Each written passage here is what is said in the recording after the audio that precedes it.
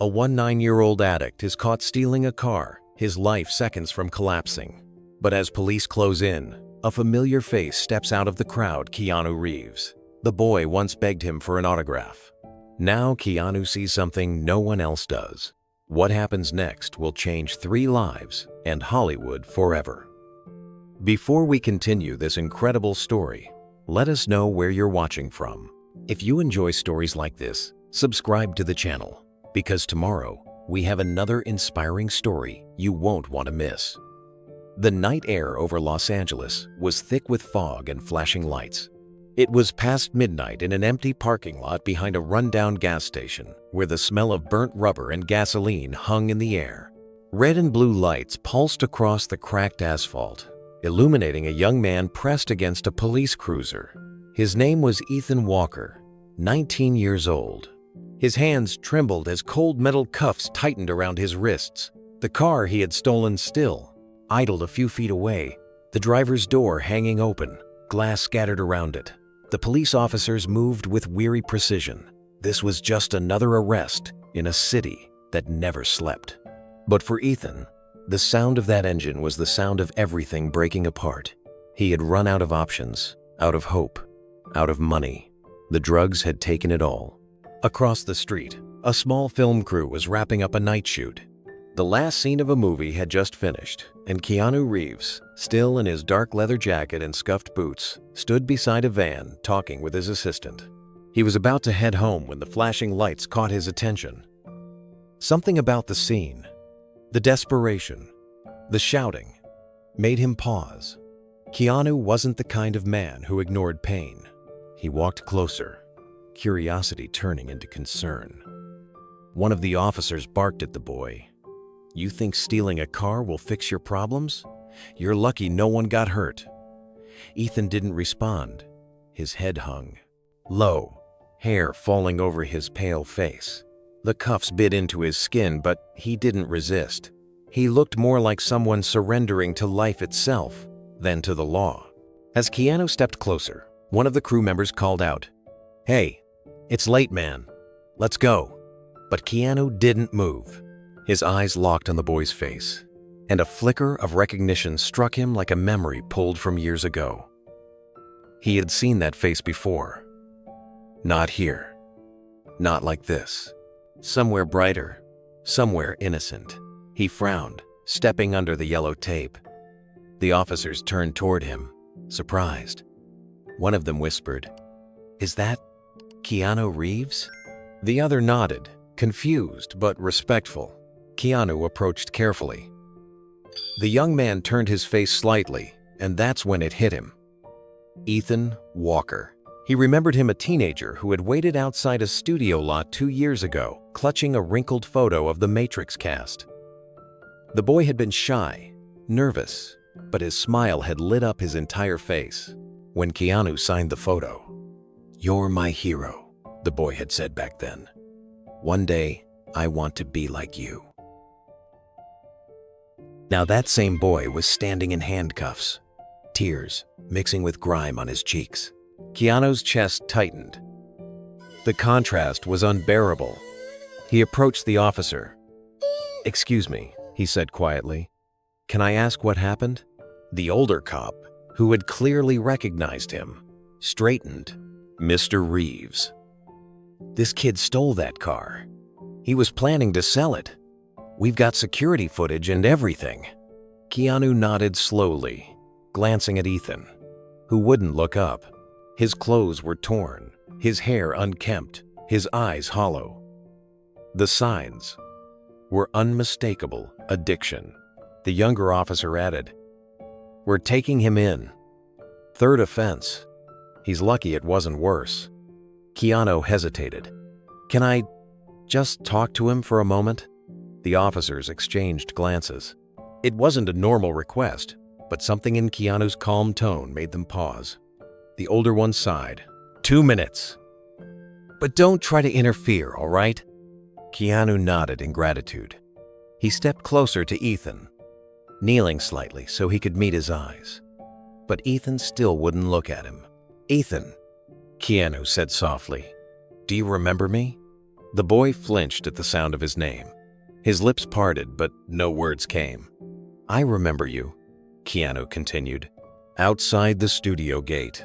You waited all day for an autograph." Ethan's shoulders shook. His voice came out broken. That was a long time ago." Keanu studied his face, searching for the spark that had once been there. "What happened to you?" he asked quietly. Ethan swallowed hard, shaking his head. "You wouldn't understand." "I might," Keanu replied. "Try me." The boy's breath hitched. He finally looked up. His eyes were red, glassy, lost. "I just wanted to stop the pain," he whispered. Those words hit Keanu like a punch to the chest. He knew that tone. The voice of someone on the edge, someone who had already stopped believing in tomorrow. Keanu glanced at the officers standing a few feet away, then back at Ethan. "You can still fix this," he said gently. Ethan gave a weak laugh that wasn't really a laugh at all. "You don't fix people like me." Keanu stayed silent. He knew there was a time for words and a time for quiet.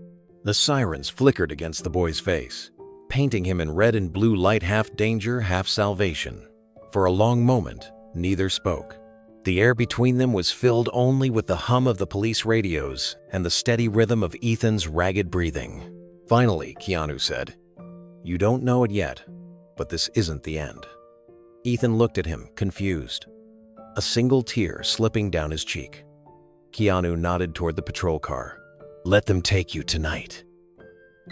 But tomorrow, I'll be there."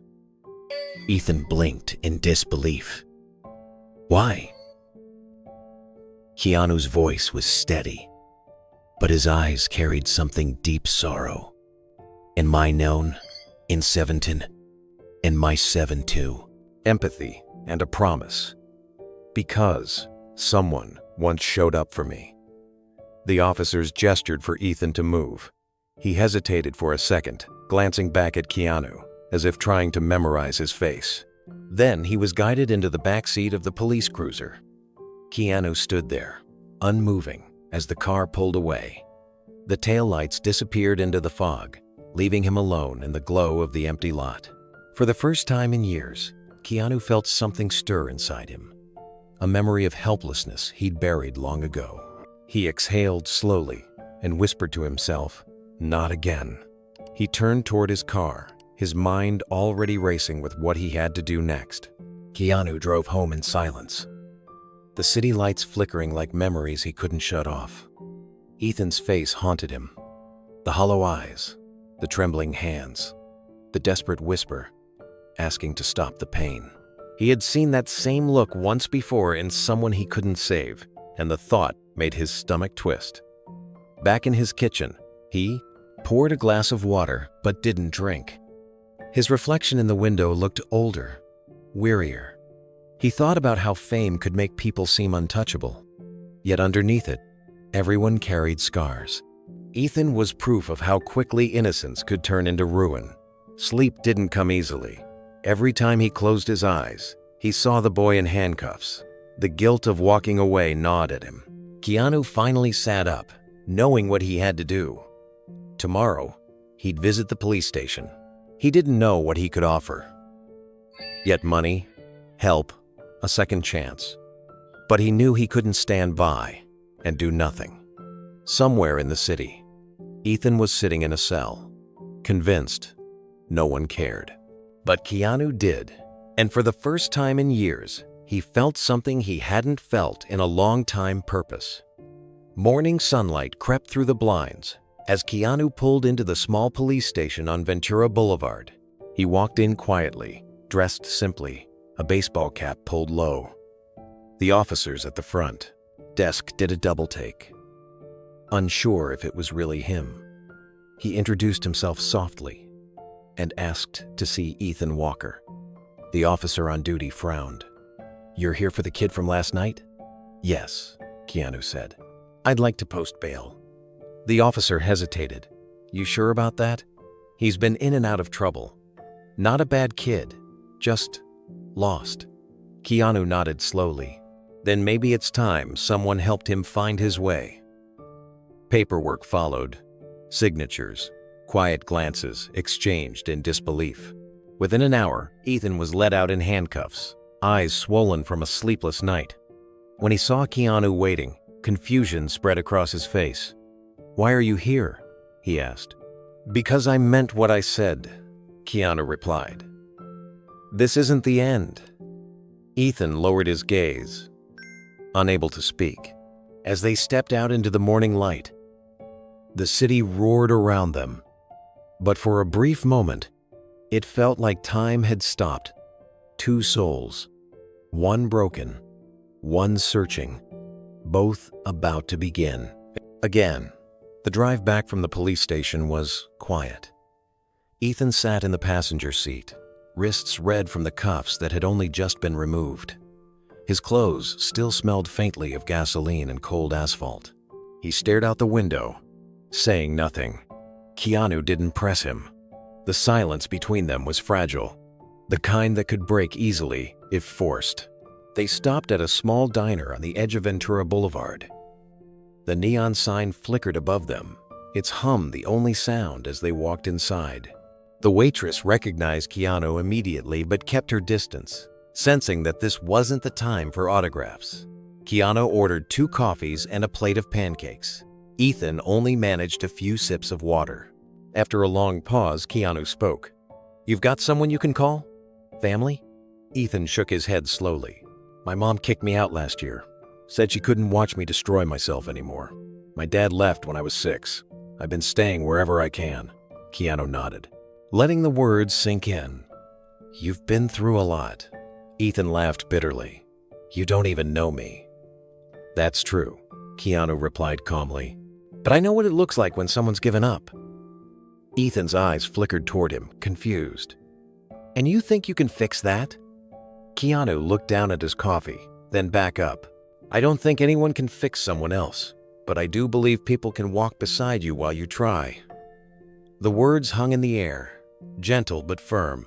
Ethan didn't respond, but his eyes softened for a moment before drifting away again. He looked exhausted, like someone who had been fighting a battle he didn't believe he could win. When they left the diner, Keanu handed the waitress a generous tip and thanked her quietly. Outside, the morning sun was breaking through the haze. The streets buzzed with life again.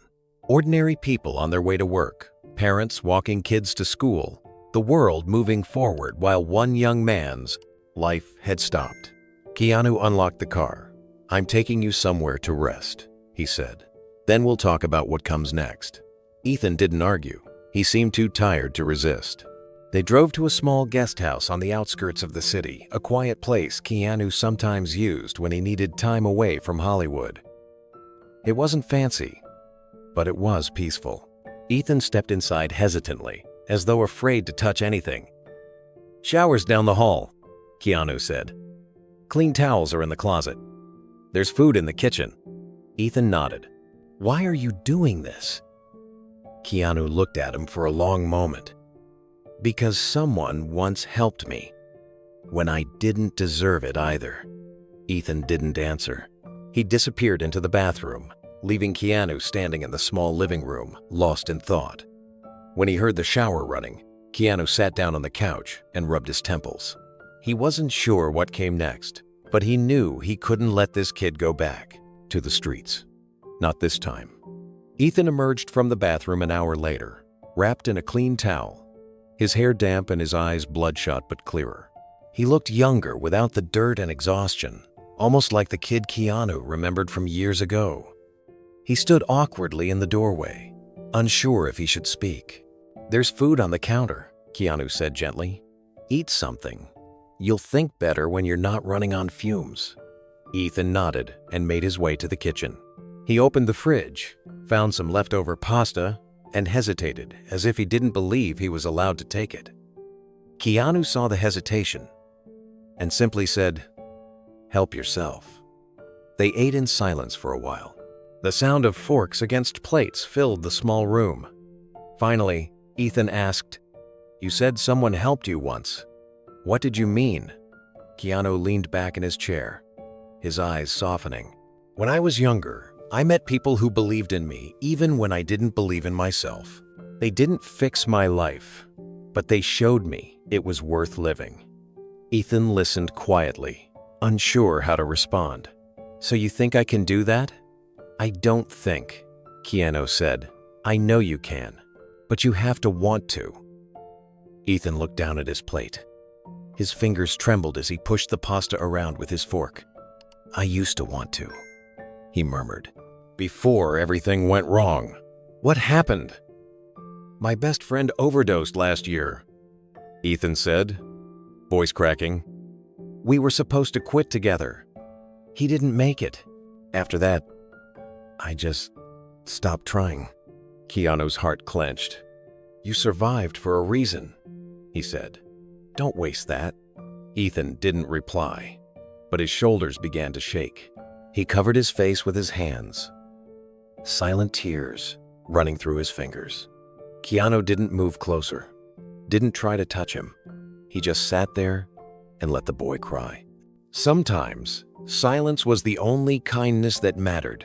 When Ethan finally calmed down, Keanu spoke softly. "Tomorrow, we'll figure something out. You don't have to face this alone." Ethan nodded faintly, exhausted. Keanu showed him to the small guest room, where clean sheets and a folded blanket waited. The young man hesitated at the doorway again. "You're really letting me stay here?" "For tonight," Keanu said with a faint smile. "Rest. Tomorrow's the start of something new." Ethan's voice was barely a whisper. "I don't know how to thank you." "Don't," Keanu said. "Just get better." When the door closed, Keanu sat back on the couch, staring at the ceiling. The house was silent, except for the faint hum of the city outside. For the first time in a long while, he felt a familiar weight on his heart, a mix of fear, hope, and responsibility. He knew this wasn't a one-night favor. Something told him this was only the beginning. Keanu couldn't sleep that night. The city outside glowed faintly through the curtains, the distant hum of traffic blending with his restless thoughts. He sat on the couch, elbows on his knees, staring at the floor. Every few minutes, his eyes drifted to the hallway, where Ethan was sleeping. The quiet was heavy, filled with questions he didn't yet have answers to. He thought of River Phoenix. The memories came uninvited, the laughter, the endless conversations about dreams and art, and then the silence that followed his death. He'd spent years wondering what he could have done differently, what sign he might have missed. Maybe that was why this moment with Ethan hit so hard. It felt like a second chance he hadn't asked for but couldn't ignore. By dawn, Keanu made up his mind. He couldn't do this alone. He needed someone who understood the fight from the inside, someone who had lived it, survived it, and rebuilt from the ashes. He picked up his phone, scrolled through his contacts, and stopped at a familiar name, Robert Downey Jr. The two had been through parallel storms in different decades, both men who had seen how fame could destroy and rebuild a soul. They hadn't talked in months, but their friendship had always been steady, bound by respect and quiet understanding. He hesitated for a moment, then pressed call. After a few rings, a groggy but warm voice answered. "Keanu? This better not be about another John Wick sequel." Keanu laughed softly. "Not this time, brother." Robert's tone shifted, sensing the seriousness beneath the humor. "What's going on?" "I need your help," Keanu said. "There's this kid 19. He's an addict. I found him last night getting arrested for stealing a car. But I know him. I met him years ago. He's got a good heart, just lost." Robert didn't interrupt. He listened, the way only someone who's walked through darkness knows how. Keanu continued. "I bailed him out. He's here now, sleeping in the guest room. I don't know what to do next, but I know I can't let him fall." There was a pause, followed by a sigh. "You sure you're ready for that responsibility?" Robert asked quietly. I don't think it's about being ready, Keanu replied. It's about doing what's right when someone needs it. Another long silence. Then Robert said, You remember when people thought I was done? When I was getting dragged out of my house in cuffs? There were people who didn't give up on me either. You're doing the same thing now. Keanu exhaled. I was hoping you'd say that. Robert's voice softened. Let's do it. Let's save him. A small smile crossed Keanu's face.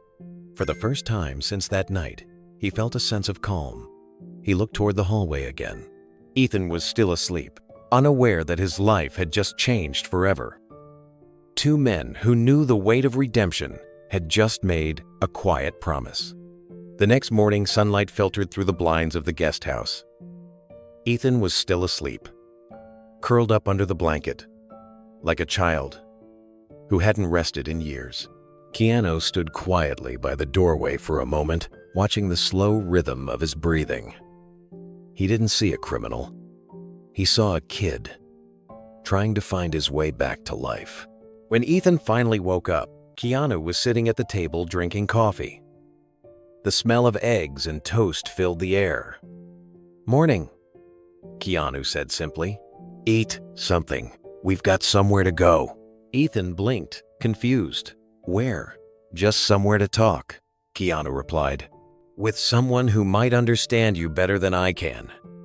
Ethan looked uncertain, but didn't argue. After a few bites of food, he followed Keanu out to the car. The drive through Burbank was quiet, lined with palm trees and early traffic. Ethan kept glancing at him, his face filled with the same question he hadn't dared to ask. Why was Keanu doing this? They pulled up to a small diner tucked between a laundromat and a bookstore, the kind of place where nobody cared about fame, only good coffee and conversation. When they stepped inside, the smell of bacon and syrup hit the air. A few people looked up, but quickly went back to their meals. In a booth near the window sat Robert Downey Jr., reading glasses perched low on his nose, stirring a cup of tea. He looked up and smiled when he saw them. Hey, brother, Robert said as Keanu approached. He stood and pulled him into a brief, warm hug. Then, he turned his attention to Ethan. You must be the young man I've heard about. Ethan froze. He had seen this man in movies, on talk shows, in posters. To him, Robert Downey Jr. wasn't just an actor. He was living proof that a person could fall hard and still rise again. You're Iron Man, Ethan stammered, unable to stop himself. Robert laughed softly. Yeah, that's what they call me. But trust me, the suit doesn't come with superpowers. Have a seat, kid. Ethan slid into the booth across from him, still stunned. Keanu sat beside him, but said nothing.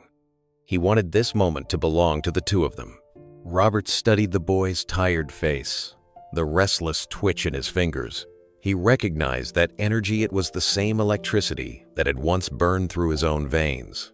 Keanu told me a bit about what happened, he began. Rough night, huh? Ethan shrugged, ashamed. I screwed up. Again. Robert nodded slowly. So did I. Over and over, until I didn't have anything left to lose. He leaned forward, his voice low and steady. You think you're the only one who's ever been here? You're not. I was you once. Ethan looked up, his eyes widening. Robert didn't look like someone who'd ever been broken. But the way he spoke, slow, deliberate, honest, made it impossible not to believe him. Robert's words carried a quiet gravity, the kind that made even the hum of the diner fade into silence. He set down his spoon and continued. You know what rock bottom feels like, right? That moment when you don't even recognize yourself anymore? Ethan nodded faintly. His throat was tight. Every day. Robert's eyes softened. Yeah, I remember waking up in a jail cell one morning after another binge. I didn't even know where I was. My hands were shaking so bad I couldn't hold a cup of water. I looked at the walls and thought, this is it. I'm either going to die like this, or I'm going to fight my way out. Ethan listened, leaning in unconsciously. Robert wasn't preaching. He wasn't performing. He was confessing. What made you change? Ethan asked. Robert took a slow sip of tea, thinking. Pain. Not the kind that comes from a hangover or withdrawal. The kind that comes from realizing you've disappointed every person who ever believed in you. My father, my friends, my wife, even myself. That pain was unbearable. But it was also the beginning of something new. Ethan's eyes filled with tears. He pressed his hands together as if holding on to the words. I've lost people too, he whispered. My mom doesn't talk to me. My best friend, he overdosed last year. Robert nodded solemnly. Then you already know what happens when you don't stop. You've seen where that road ends. Ethan wiped his eyes quickly, embarrassed. I don't know if I can do it. Every time I try, it's like my body turns against me. Robert leaned closer. You don't have to win the war tonight. You just have to win the next minute, and then the one after that. That's how I made it through. Keanu finally spoke, his voice calm but firm. He's right. You take one moment at a time. You don't have to be strong forever, just long enough to get through today. Ethan glanced between them, two men he'd grown up watching on movie screens, now sitting across from him, like ordinary people who somehow understood the darkness that had swallowed him. Robert smiled gently. You know the funny thing? People think recovery is about punishment. It's not. It's about remembering you're still worth something, even after the mistakes. Ethan nodded, his voice trembling. But how do you start? Robert looked at Keanu, then back at Ethan. You start by letting someone help you. Keanu reached across the table and rested his hand lightly on the boy's shoulder. That's why we're here. Ethan swallowed hard, a single tear slipping down his cheek. For the first time in years, he didn't feel completely alone. Robert leaned back, smiling faintly. See? You're already doing it. You showed up. That's the first step. Outside the diner window, morning sunlight spilled across the street, catching on the chrome of parked cars. It was an ordinary day, but to Ethan, it felt like something had shifted, like a door had cracked open that he never knew existed. Robert broke the silence. You know, people think addiction only happens to the weak, but that's not true. It happens to the dreamers, the sensitive ones, the people who feel too much. You try to silence the pain, and before you know it, the silence becomes your prison. Ethan nodded slowly. That's exactly what it feels like. I didn't want to feel anything anymore. I just wanted it all to stop. Robert leaned forward, elbows on the table. That's what I wanted too. But you know what helped me start over? Facing the truth, without running from it. Every lie I told myself had to die before I could really live again. Keanu watched quietly, letting Robert's words settle. He saw Ethan's shoulders straighten, his hands stop shaking. It was as if every sentence was pulling the young man back from the edge. Ethan finally looked at Robert with raw sincerity. Were you ever scared? Robert smiled faintly. Every day. Still am. But fear doesn't mean you're broken. It means you still care about what happens next. Ethan's lips quivered. I don't even know who I am anymore. That's good, Robert said softly, because now you get to decide who you want to be. The words hit Ethan like a wave.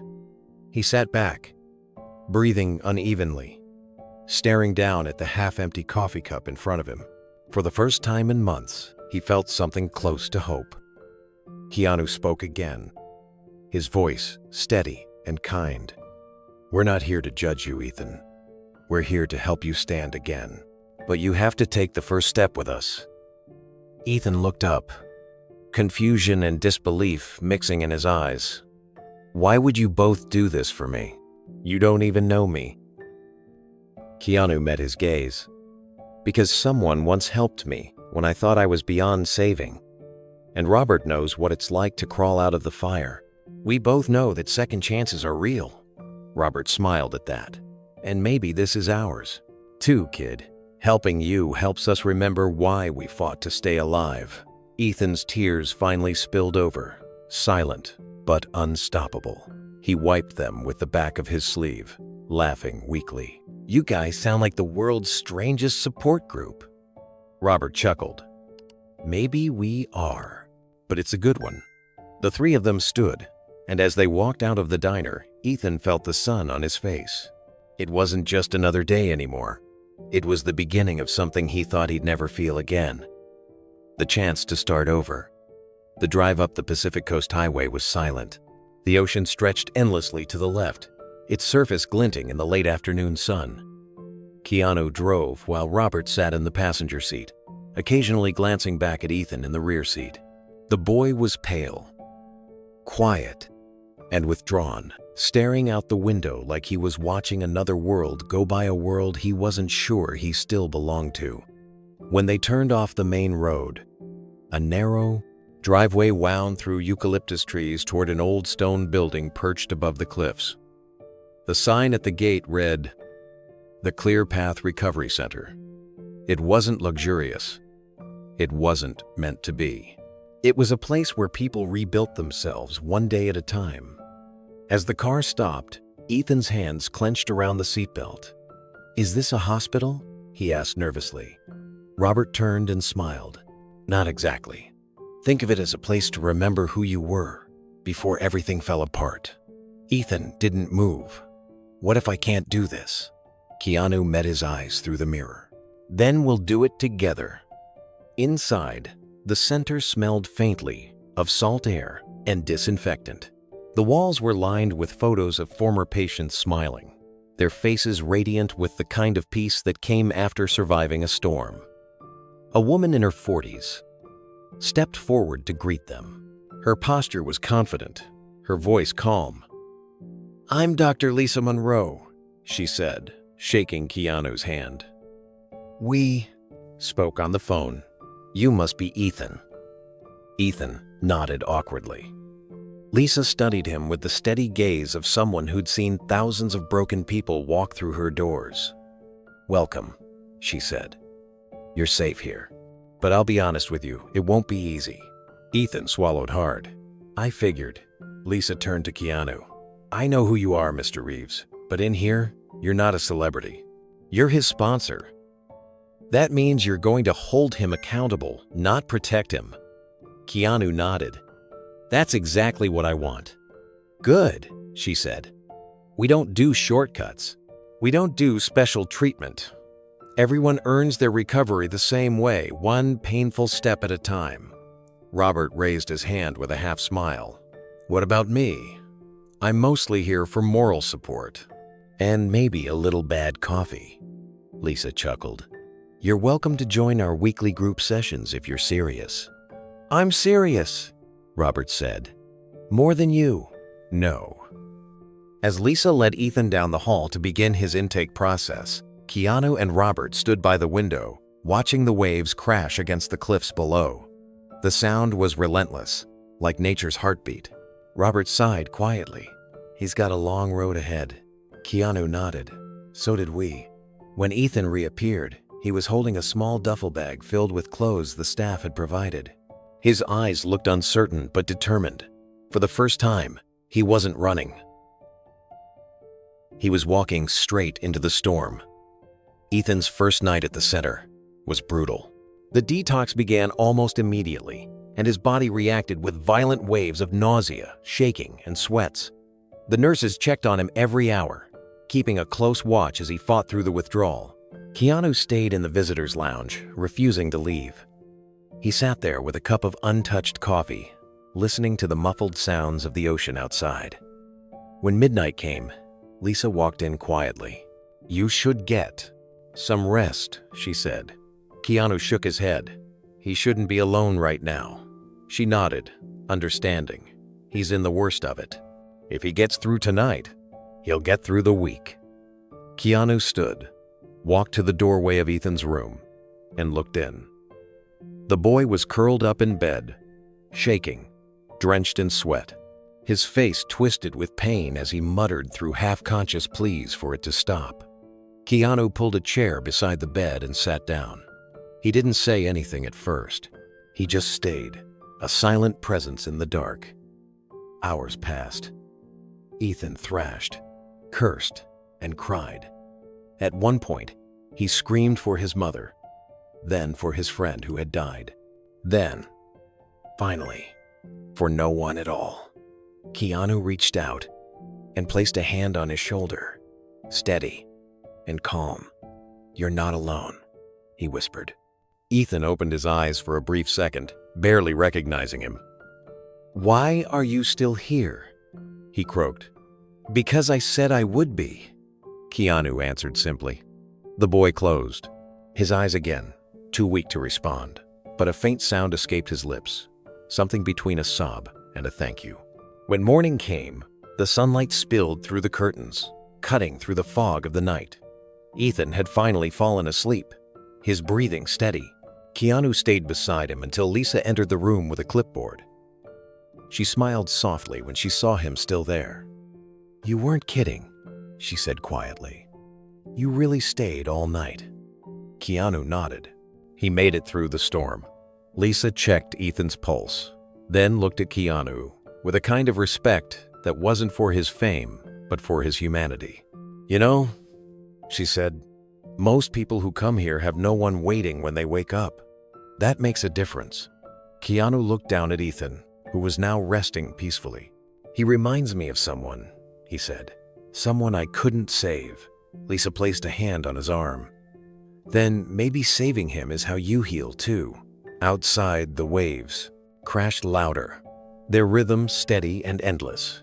For the first time, Keanu felt like this wasn't just Ethan's journey, it was his own as well. The following week brought slow progress and long silences. Each day, Ethan sat through therapy sessions, his body still fragile, his mind wrestling with the emptiness that came when the drugs left.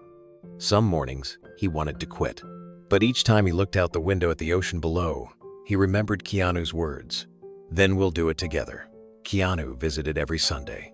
He never came with cameras, never stayed long enough to make it feel like a performance. He simply sat with Ethan during lunch or walked the gravel path behind the center, listening more than speaking. Sometimes they didn't say a word at all, and yet those moments spoke louder than anything. Robert joined the center on Wednesdays, leading group sessions for recovering addicts. He stood before a circle of 10 people, speaking not as a movie star but as a man who had crawled through darkness and come out the other side. His voice carried both weight and warmth. "You're not here because you're bad," he told them. "You're here because you're brave enough to admit you need help."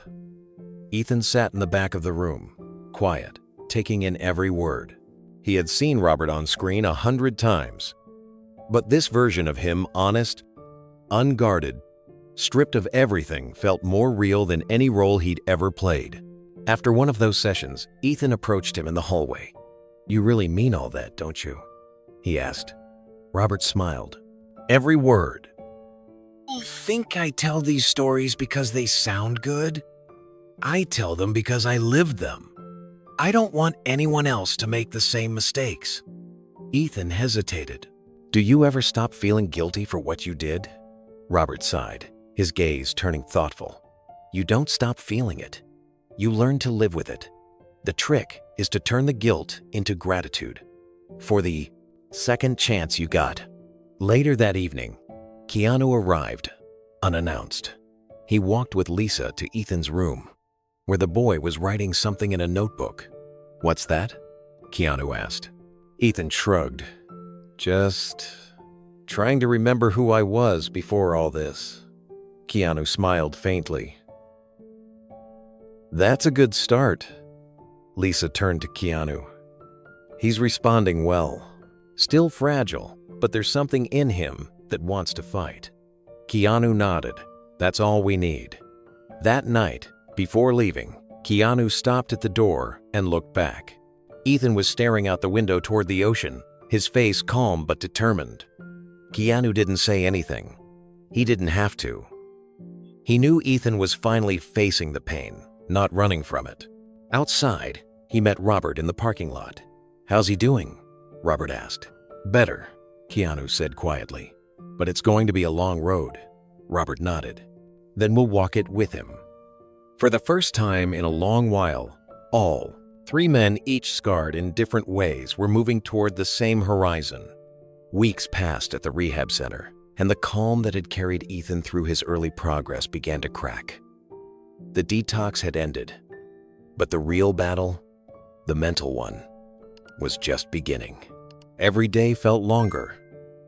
Every session, heavier. He started snapping at counselors, rolling his eyes during group therapy, and retreating into silence when others shared their stories. Doctor Lisa Monroe noticed it first. "He's angry," she told Keanu during one of his visits. "That's a good sign. It means he's starting to feel again." But anger can burn through progress fast if he's not careful. Keanu listened quietly, concern in his eyes. "He's never really learned how to deal with it," he said. "I think he's used to pain being the only thing that listens back."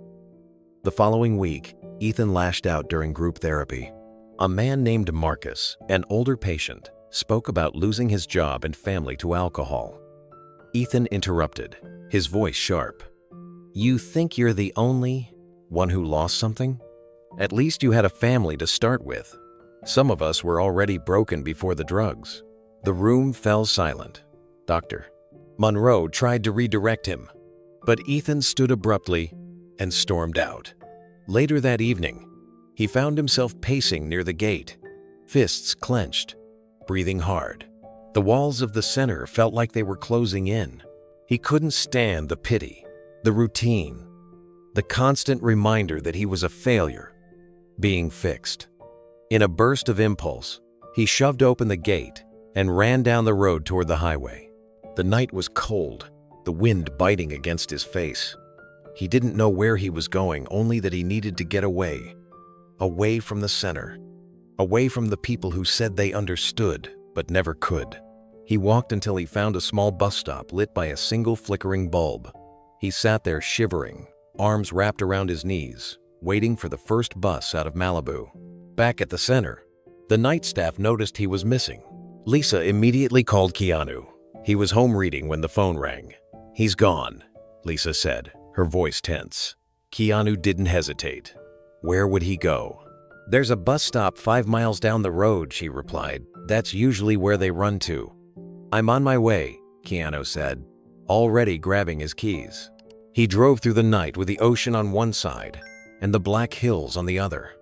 The headlights cut through the fog, his hands gripping the steering wheel tightly. It wasn't just fear driving him. It was memory. He had been here before, chasing ghosts, trying to save someone too far gone. When he finally spotted the bus stop, his heart sank. Ethan was there, sitting on the bench, head in his hands, a duffel bag beside him. Keanu pulled over and turned off the engine. The road was silent, except for the ocean waves crashing somewhere below the cliffs. He stepped out, his boots crunching softly on the gravel. Ethan didn't move. He just sat there, staring at the empty road ahead, like he was waiting for something that would never come. Keanu approached slowly and sat beside him on the cold bench. Neither spoke at first.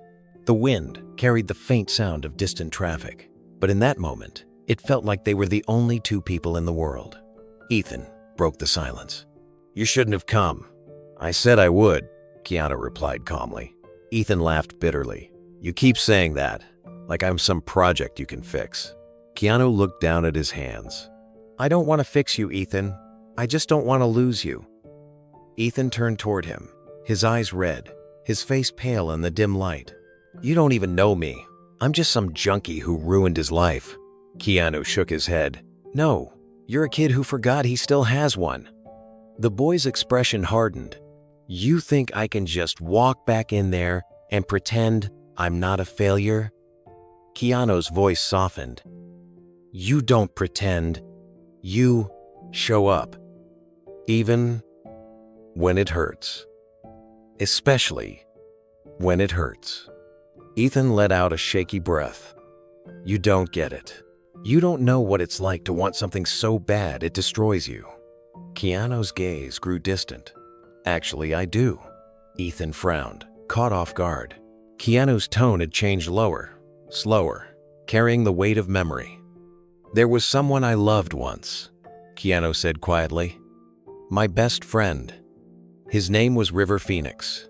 He was talented, kind, full of life, but he got lost. I watched him disappear right in front of me, and there was nothing I could do. Ethan's eyes widened slightly. You knew him? Keanu nodded. We were like brothers. I thought I could help him. I thought being there would be enough. But addiction doesn't care about friendship. It takes everything. The night air seemed to hold its breath. Ethan looked away, tears glinting in his eyes. What happened? He died, Keanu said simply. The words came out quiet but steady, like he'd carried them for years. Outside a club, he was 23. I never forgot the way the world felt that night, like it went completely still. Ethan wiped his face, trying to hide his tears. I don't want to end up like that, he whispered. Keanu turned to him. Then don't. The two sat in silence again, the kind that didn't need words. Ethan's breathing slowed, his hands finally unclenching. Keanu stood and offered his hand. Come on, he said. Let's go home. Ethan hesitated, then nodded slowly and took it. Together, they walked toward the car as the sky began to lighten with the first signs of dawn. The drive back to the rehab center was quiet, the horizon slowly shifting from black to blue as the first light of morning touched the ocean. Ethan sat in the passenger seat, his face turned toward the window, eyes swollen from tears but calmer than they'd been in weeks. The anger was gone. In its place was something softer, something like surrender. Keanu didn't speak until they turned off the highway and began the winding climb toward the cliffs. You know, he said gently, River used to talk about the future like it was a gift. Even when life was rough, he believed there was always time to make things right. I used to believe him. I still do. Ethan nodded slowly. I used to believe in things too. Then start again, Keanu said. You're still breathing. That's the only requirement. They pulled into the gravel lot just as the sun began to rise. Doctor. Lisa Monroe stood outside the gate, arms crossed, her face a mix of relief and exhaustion. When she saw Ethan step out of the car, she didn't yell or scold him. She simply said, I'm glad you came back. Ethan looked down at his shoes. I'm sorry. Lisa's tone softened. Don't apologize to me. Just keep showing up. She turned to Keanu. Thank you. I was worried he wouldn't make it through the night. Keanu nodded. He almost didn't. But he's stronger than he thinks. Ethan lifted his gaze, meeting Keanu's eyes for a brief second, before looking away again. It wasn't gratitude exactly. It was something deeper, unspoken. The kind of acknowledgement that passes between two people who've both stood on the edge and stepped back. Robert arrived later that afternoon after hearing what happened. He walked straight into the common area where Ethan was sitting with a counselor. Heard you went on a little adventure, he said lightly, though the concern was clear in his eyes. Ethan gave a half smile. Yeah, guess I wasn't very good at running away. Robert sat beside him. Good, because there's nothing out there worth running to. Trust me. Ethan looked at him. Did you ever almost quit? Robert's smile faded. More times than I can count, but every time I thought I was done, someone showed up. A friend, a stranger, somebody who believed I could still make it. He paused. Now it's your turn to be that someone for yourself. Ethan took in the words quietly, the weight of them settling in his chest. For the first time, he felt like these men weren't just helping him. They were holding up a mirror, showing him who he could be. That evening, as the sky burned orange over the ocean, Ethan sat alone on the porch.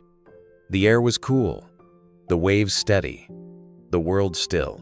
He whispered to himself, "Then don't," remembering Keanu's words. For the first time, he believed he actually could choose differently. The following week, the rehab center buzzed with quiet anticipation. Robert Downey Jr. was scheduled to return for another group session, but it wasn't his name that created excitement. It was the way he spoke. The patients had grown to respect him not as a celebrity, but as someone who had walked through the fire and survived. His honesty made him human, and his resilience made them believe recovery was possible. Ethan sat in the back of the small meeting room, his notebook resting on his lap. He hadn't missed a session since his escape attempt. Something about that night with Keanu had changed him. He still battled the cravings, still fought his anger, but there was a quiet determination in his eyes now, the kind that comes only from knowing there's no way forward but through. The door opened, and Robert stepped in, wearing a faded denim jacket and glasses. He greeted everyone with a smile that felt warm, not performative. "All right," he said, settling into a chair at the front of the room. "Who wants to talk first?" A few people shared the man who had lost his job, a woman who was finally reconnecting with her kids. Then, as the room grew still, Robert took a slow breath and said, "I think it's my turn." Ethan leaned forward slightly, his pen frozen above the page. "I've told parts of my story before," Robert began. The court dates, the photos splashed across magazines. But there are things I've never really said out loud, things I was too ashamed to admit, even to myself. The room went completely silent. "I used to wake up on the floor," he said quietly, "not knowing how I got there. There were nights I'd open my eyes and see police boots in front of me before I even realized I'd been arrested. I had money, fame, everything people think will make them happy, and I still hated myself." His voice wavered for the first time. "It's easy to pretend you're fine when the world sees you smiling on posters. But when the cameras go away, and it's just you and the mirror, that's when you realize how empty you've become." A few people nodded. Someone whispered a quiet, "Yeah," under their breath. Robert continued, "What saved me wasn't rehab. It wasn't the movies. It was one person who believed I could be better. My wife. She looked me in the eye one night and said, 'You're not done yet. You still have something good in you.' And for some reason, I believed her." He paused, scanning the room. His gaze landed on Ethan. "You've all got someone who sees that spark, even if it's hard to believe. Sometimes that person's sitting right here in this room." Ethan's chest tightened. He didn't look up, but he could feel the weight of the words pressing deep into him. Robert took a sip of water, then leaned forward, elbows on his knees. "You know the worst part about addiction?" he asked quietly. "It's not losing money, or jobs, or your reputation. It's losing the sound of your own voice. You wake up one day and realize you don't recognize who's speaking inside your head anymore." The group stayed still, listening. Every word felt deliberate, heavy with memory. "I told myself so many lies," Robert continued. "I said I could handle it, that I was different, that I was in control, and every lie made me smaller, until I was just a shadow walking through my own life." A young woman in the front row nodded, her eyes glistening. "That's exactly it," she said softly. "You start believing your own excuses." Robert gave her a gentle smile. "Exactly. And the only way I ever started healing was when I stopped pretending I was fine. I had to tell the truth, not just to others, but to myself. That was the hardest part." He looked around the room again. "Recovery isn't about becoming perfect. It's about becoming honest. Because when you're honest, you can finally start building something real." Ethan's pen hovered above his notebook, but he didn't write. His heart felt too full. These weren't just words to him, they were confessions that echoed the storm in his own chest.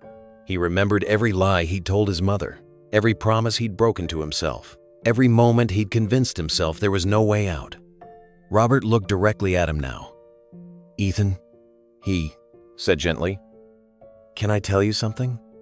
Ethan hesitated, then nodded. "I used to sit in a cell and think I didn't deserve another chance. That maybe this was just the way it had to end. But every single day, I woke up anyway. Every day I had to choose whether to destroy myself or rebuild myself. And some days, I failed. But the trick is, you keep showing up, even when you think you're done." Ethan swallowed hard, his voice barely audible. "But what if I mess up again?" Robert leaned back, a small, knowing smile crossing his face. "Then, you start over again. You start over as many times as it takes." Keanu, who had been sitting quietly in the back, finally spoke. "Robert's right," he said softly. "You don't lose when you fall. You lose when you stop getting up." The words hung in the air, simple and true. Robert nodded toward Ethan. "You don't need to be perfect. You just need to be honest today." Ethan closed his eyes. He didn't know why those words hit so hard, but something inside him cracked open. For the first time in months, maybe years, he felt something that almost scared him hope. After the session ended, the group filtered out one by one, but Ethan stayed seated. His notebook lay open on his lap, and across the top of a blank page, he had written the words, "Be honest today." He traced the letters slowly with his thumb, almost afraid that if he stopped looking at them, he'd forget what they meant. Robert noticed and walked over. "That's a good start," he said quietly, nodding toward the page. Ethan looked up, unsure how to respond. "I don't know how to be honest sometimes. I've been lying to people for so long, it's like I don't even remember how to tell the truth." Robert smiled faintly. "Then tell the truth about that. That's how you start." Ethan stared at him for a moment before nodding. "It feels weird hearing someone like you talk about this. You look like you've got everything figured out." Robert laughed softly. "You think I've got it figured out? I still go to meetings. I still have bad days. The difference now is I don't try to hide them. I learned that being honest doesn't mean being flawless. It means being real." Keanu approached, joining them. "The hardest part of healing," he said, "is forgiving yourself for who you were before you knew better." Ethan looked between them, his voice trembling. "How did you both do it? How did you stop hating yourself?" Robert took a deep breath. "By realizing that self-hatred is just another form of control. You punish yourself because you think you deserve it, but really, you're just keeping yourself trapped. I had to learn that I could hold myself accountable without destroying myself." Keanu nodded. "Pain doesn't disappear when you heal. It becomes something else, a reminder of who you used to be and how far you've come." Ethan's eyes filled with tears. I didn't try to hide them this time. I don't know if I can ever get there." Robert put a hand on his shoulder. "You don't need to get there right now. You just need to take one step today. Honesty. That's the first one." The room was quiet again. Outside the window, the ocean stretched endlessly, waves hitting the cliffs in a rhythm that felt ancient and patient. Ethan finally whispered, "You don't need to be perfect, just honest." Robert smiled. "Now you're getting it."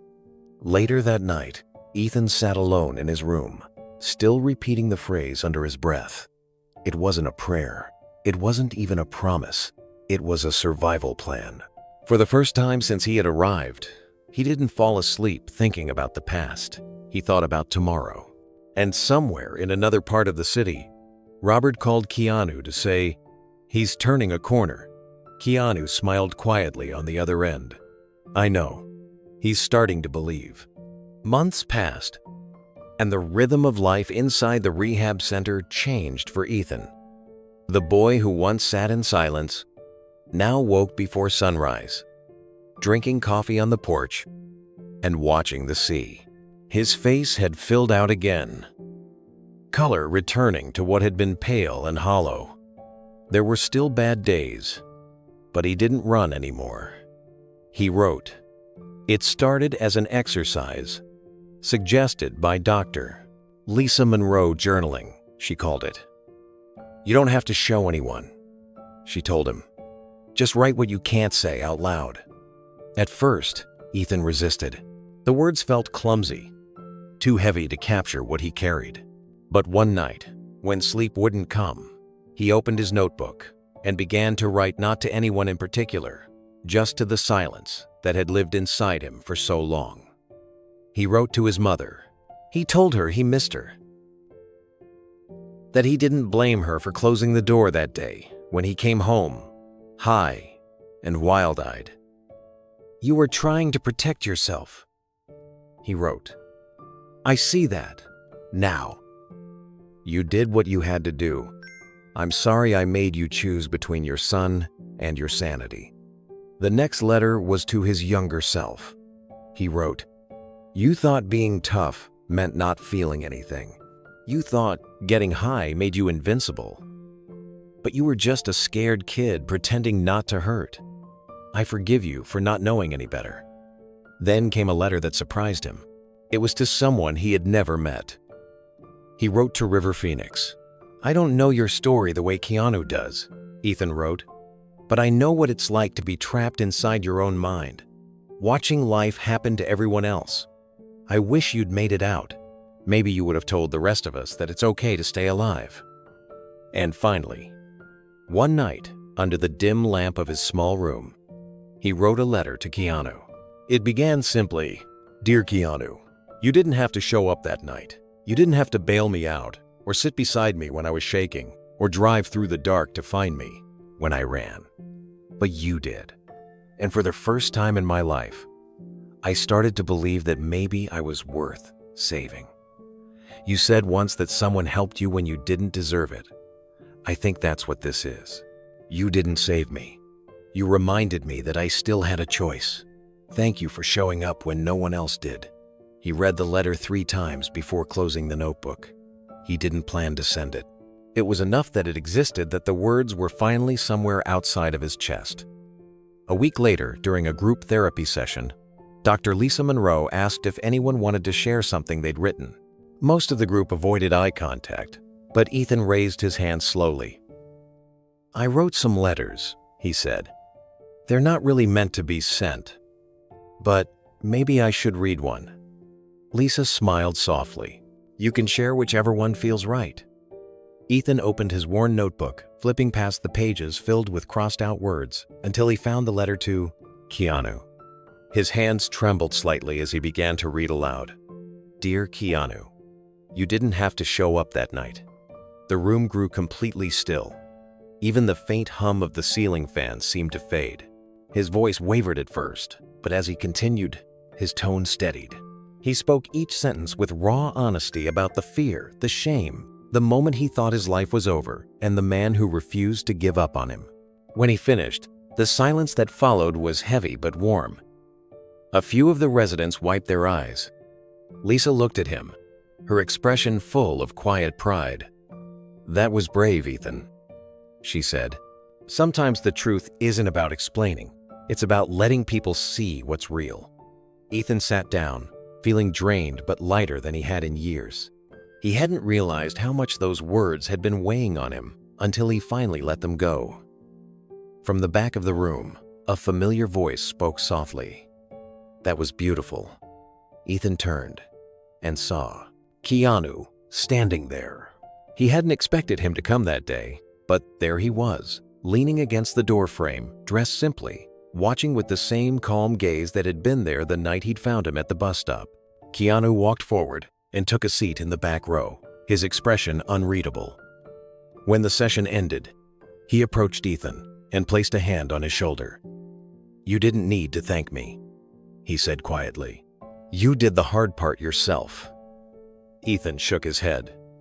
No, I didn't. You and Robert, you gave me a reason to try again. Keanu smiled faintly.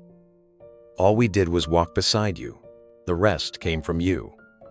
Lisa, who had been watching from across the room, said softly, That's what recovery really is.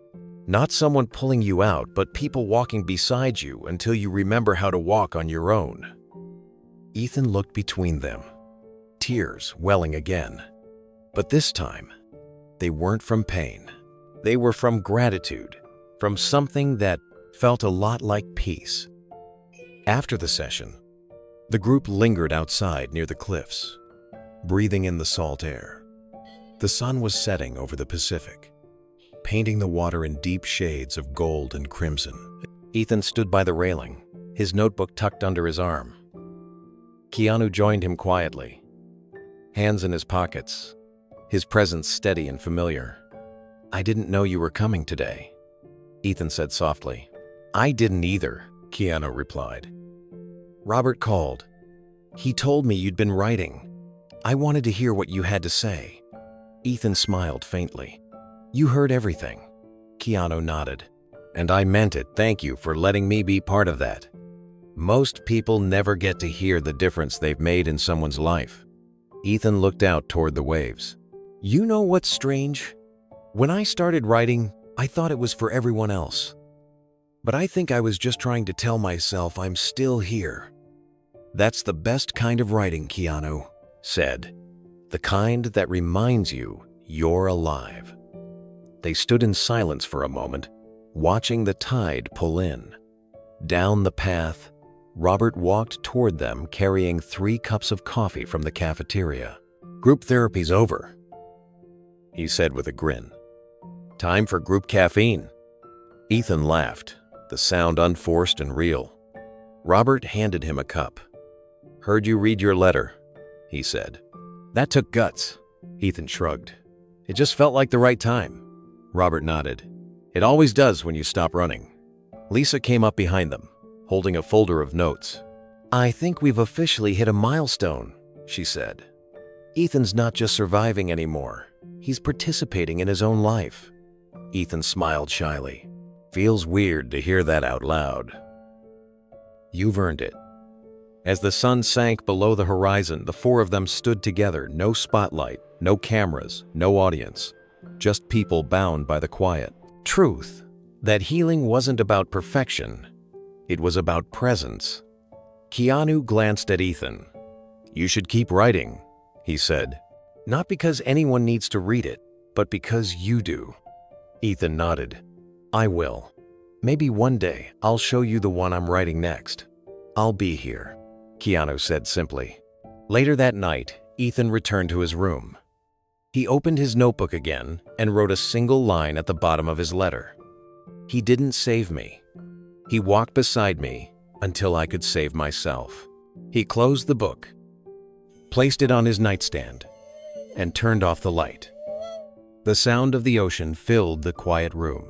For the first time since his childhood, he fell asleep without fear, just a soft, steady sense of peace. 6 months into recovery, the Malibu air had grown warmer, and the rhythm of Ethan's days had settled into something resembling peace. He woke early, joined morning meditation, cleaned up after breakfast, and helped newcomers find their footing. Lisa noticed the change. He smiled now, laughed sometimes, even volunteered to lead group sessions. But underneath that progress, a quiet restlessness still pulsed. One afternoon, as the sun dipped toward the horizon, Ethan sat outside the center's main gate, sketching in his notebook. He drew the ocean, endless and calm, a symbol of everything he was trying to become. That's when he heard the sound of a car engine behind him. He turned and froze. It was an old sedan, the kind his friends used to drive before he got clean. 3 figures stepped out, faces from his past. Derek, his old dealer-turned-friend, leaned against the hood, smiling the same careless smile. "Ethan Walker," he said. "Didn't think they'd let you out here in paradise." Ethan's heart dropped.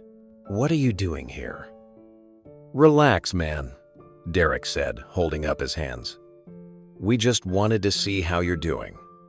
We're having a little get-together down by the beach tonight. Just one night, no pressure." Ethan's throat went dry. He looked past them toward the ocean, trying to focus on the horizon, but his body betrayed him. His hands began to shake, his chest tightening as old memories flashed music, laughter, the rush of escape. "I can't," he said finally. "You know I can't." Derek laughed softly. Come on, man. You're not gonna live in there forever. You look good. You deserve a break. Ethan took a step back, his pulse pounding. You should go. But Derek didn't move. He held out a small plastic bag, the faint shimmer of white dust visible inside. It's nothing big, just a taste, for old time's sake. Ethan's stomach turned. The craving hit like lightning, sudden and merciless. Every part of him screamed to take it, to forget, to feel, to go back. His eyes darted toward the gate behind him, then back at the bag. He could almost taste the lie it offered. Don't do this, he whispered. Derek smiled sadly. I'm not forcing you. Choice is yours. Ethan's body trembled as he backed away, then turned abruptly and ran through the gate. The guards called after him, but he didn't stop until he reached his room. He slammed the door shut, his chest heaving, tears already filling his eyes. He sat on the floor, shaking, digging through the small drawer beside his bed until his fingers found the bracelet Keanu had given him months earlier. 2 simple beads on a leather cord, one dark, one pale.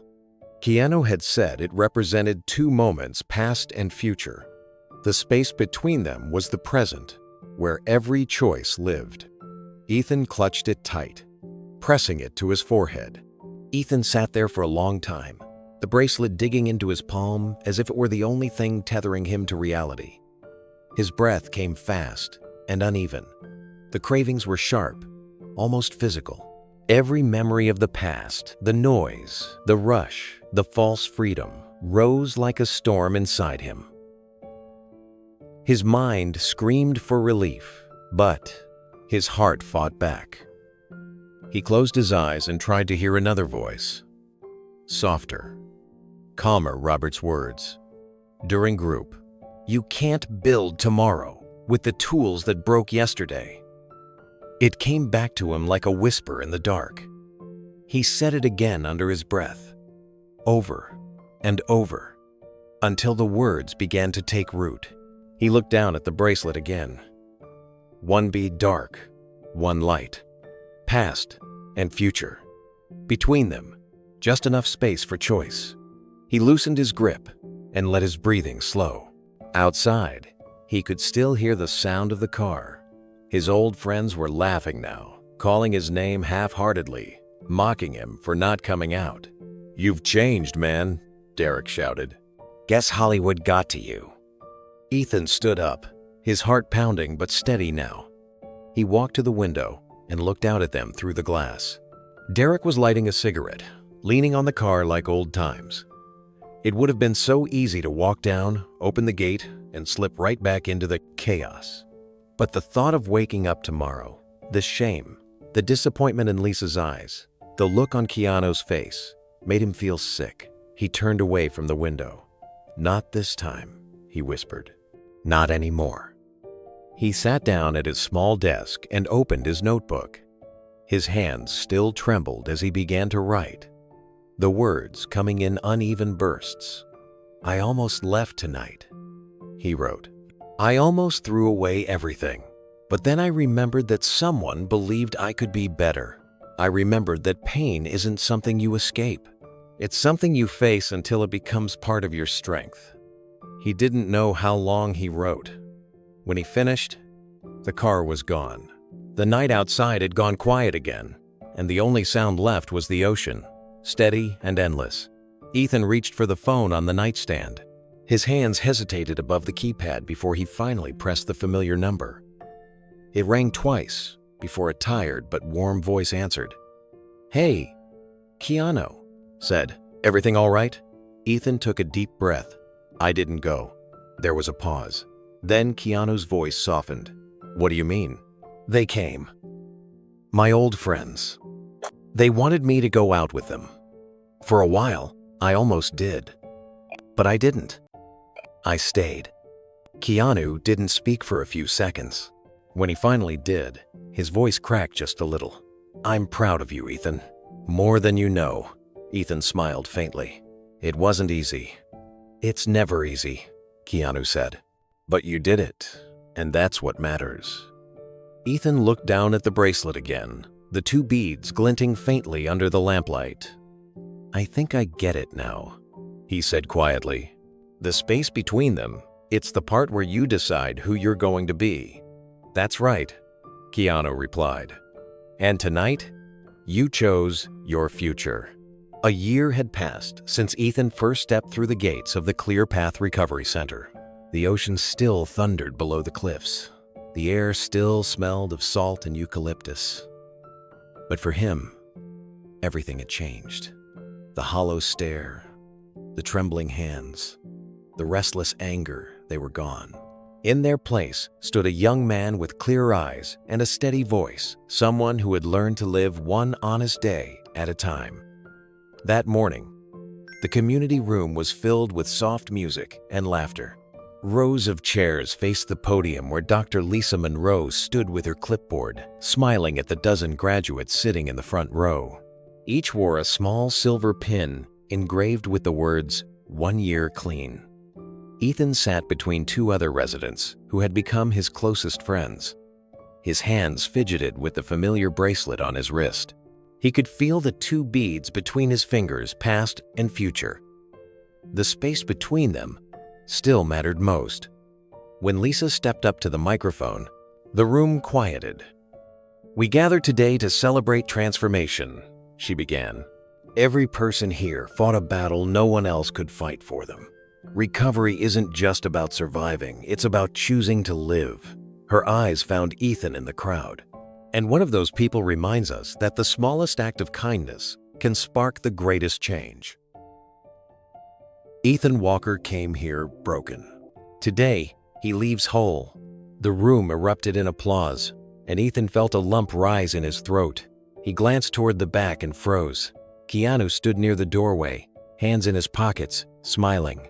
Beside him was Robert, dressed casually in a dark jacket, clapping proudly. When Lisa called his name, Ethan stood. His knees felt weak, but his heart was steady. He walked to the podium as the applause continued. The faces before him blurred through his tears. He took a deep breath. "I used to think people like them." He gestured toward Keanu and Robert. "Would never even look at someone like me." But they didn't just look. They stayed. The room fell silent. Everyone listened. "I came here thinking my life was over, that I was too far gone. But every day, someone reminded me that I was still worth something." Dr. Monroe reminded me to be patient with myself. Robert taught me that honesty is stronger than shame. And Keanu, he showed me what it means to keep showing up, even when it's hard. He paused, looking toward them again. Keanu gave him a small nod, eyes glistening. Ethan swallowed hard. "I don't know what the future holds, but I know I'm going to meet it head on. And when I stumble, and I will, I'll remember that it's not about being perfect. It's about being honest today." The room broke into thunderous applause. The applause filled the room like a wave, carrying warmth and pride through every corner. Ethan stood there, blinking back tears, unsure whether to smile or cry. When the sound began to fade, Lisa stepped forward and placed a Didness, small silver certificate in his hand. "You did this," she said softly. "No one else. Remember that." Ethan nodded, his voice too choked to answer.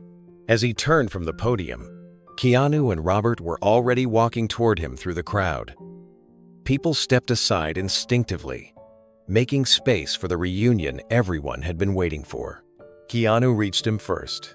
He didn't say a word. He just pulled Ethan into a tight embrace. For a long moment, neither moved. The noise of the crowd melted away until there was only the sound of the ocean through the open windows and the faint rhythm of steady breathing. When Keanu finally spoke, his voice was low. "You made it." Ethan pulled back slightly, tears streaking his cheeks. "You made me believe I could." Keanu shook his head gently. "No, you did the believing. I just reminded you where to start." Before Ethan could respond, Robert joined them, wrapping an arm around both of their shoulders. "Well," he said with a grin, "look at us. A couple of washed-up actors, and one kid who proved we still have something left to teach." Laughter broke through the emotion, light and genuine. Ethan wiped his face, shaking his head. "You both taught me more than you know." Robert leaned close and whispered, "Now go earn your future, kid." Ethan smiled through the tears. "I plan to." The rest of the ceremony passed in a blur of hugs, congratulations, and soft music. Patients who had once avoided eye contact now stood tall. There were tears, laughter, and promises exchanged. The kind of promises that came from people who had seen death and decided to live instead. Later that afternoon, the three of them walked together down the coastal path behind the center. The sea breeze was cool, the sunlight pale and gentle. For a moment, it didn't feel like a graduation, it felt like a rebirth. Ethan stopped at the overlook where the cliffs met the horizon. "I used to stand here and wonder what it would feel like to be free," he said. "Now I think freedom isn't about leaving this place. It's about knowing I can face the world without running from it." Keanu nodded. "Freedom isn't about escape. It's about courage," Robert added quietly. "And you've got plenty of that now." They stood in silence, watching waves crash far below. Ethan reached into his pocket and pulled out a folded piece of paper, the letter he had written to Keanu months earlier. "I kept this," he said. "It reminded me that people like you exist. People who stay."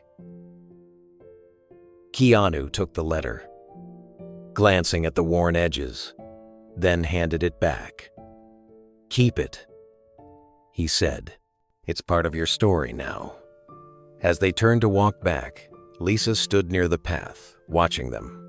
She smiled knowingly. "You're ready," she said to Ethan. He nodded. "I think I am." When they reached the parking lot, Keanu opened his car door but paused. "Where will you go first?" Ethan looked toward the salve. "Ocean. Home. My mom's place. I think she deserves to see me clean." Robert grinned. "She's going to cry." "I hope so," Ethan said, laughing softly. "This time, for the right reasons." Keanu placed a hand on his shoulder. Then it settled. As they drove away from the cliffs, the sky glowed with evening light. Ethan looked out the window, the bracelet still around his wrist, the future unfolding before him steady, unknown, and full of promise. Ethan's first day back at school felt both ordinary and monumental. He walked through the gates of a small community high school with a backpack slung over his shoulder and a determination that hadn't existed before.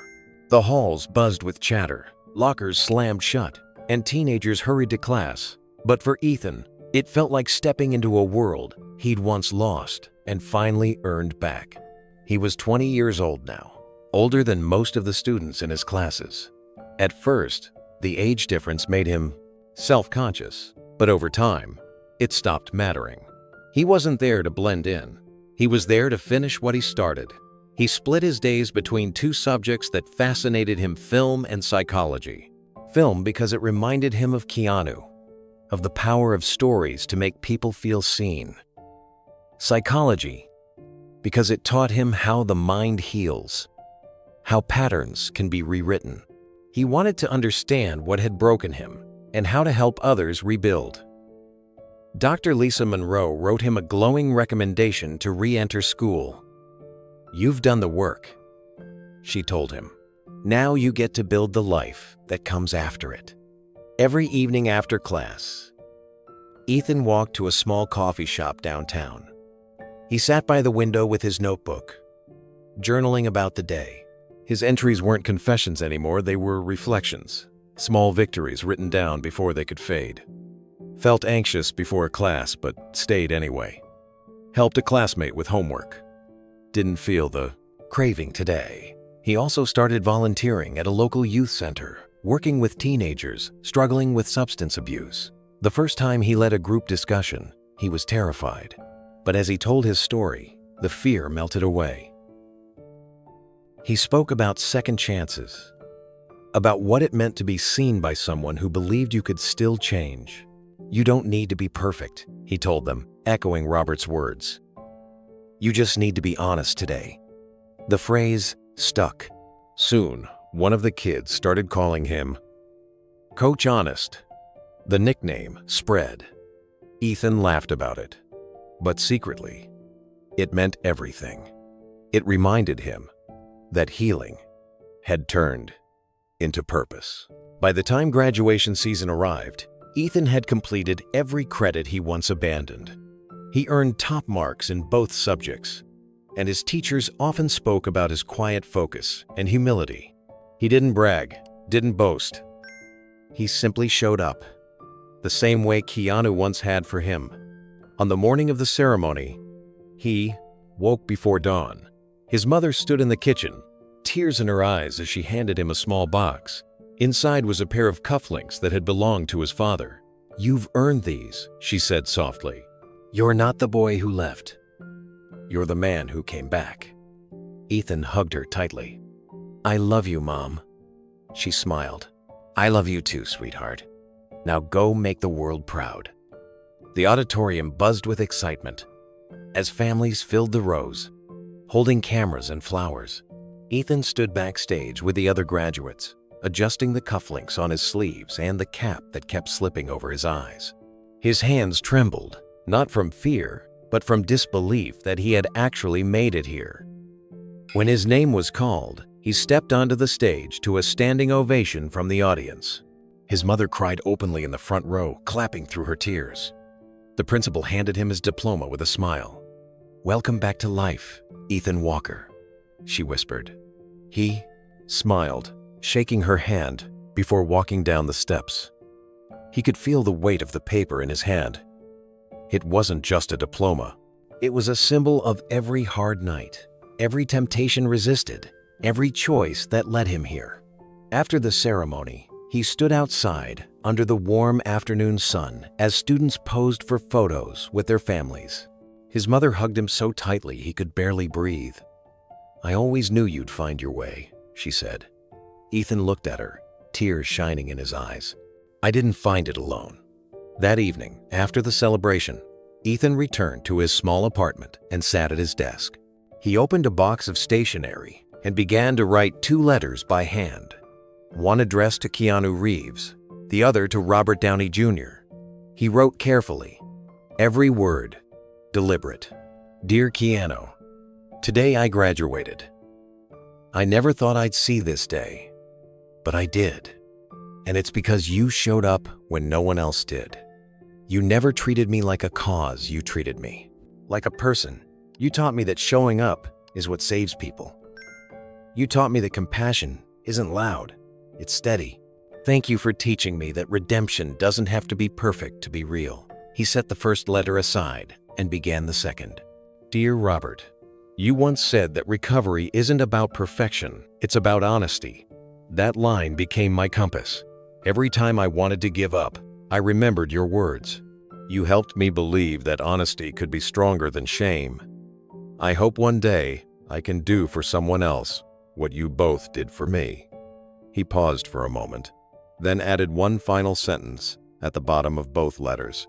"Two men who lost everything taught me how to start over." He folded the pages carefully, sealed the envelopes, and dropped them into the mailbox on the corner of his street. The sun was setting, and the air was warm, with the promise of summer. Days later, Keanu opened his letter in his quiet Los Angeles home. He read it twice, his eyes misting as he reached the final line. Without a word, he folded the letter neatly and slipped it into his wallet, close to his heart. Across town, Robert sat at his desk when his envelope arrived.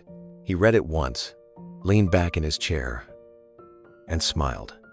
Then he framed the letter and hung it above his office door, where he could see it every morning, a reminder that second chances don't end when you give them. It started quietly, just one article written by a small local journalist named Marissa Clark. She had been covering community stories in Los Angeles for years, the kind that rarely made headlines. One afternoon, She attended a youth recovery event at the downtown community center where Ethan was volunteering. She expected to write about the program itself. But when Ethan stood up to speak, the story changed. He wasn't reading from notes or prepared statements. He just spoke from the heart. "I'm not here because I was strong," he said. "I'm here because two people refused to give up on me when everyone else did. They reminded me that saving a life doesn't always mean pulling someone out of the fire. It means standing beside them until they find their way." Marissa sat frozen as the room went quiet. There was something honest in his voice, something that cut through every cliché she'd ever heard about redemption. Afterward, she approached him, notebook in hand. "Ethan Walker, right?" she asked. He nodded, slightly embarrassed. "Yeah, that's me. I'd like to tell your story," she said, "if you'll let me." Ethan hesitated. "I'm not sure it's mine alone to tell." Marissa smiled. "Maybe not, but maybe it's one people need to hear."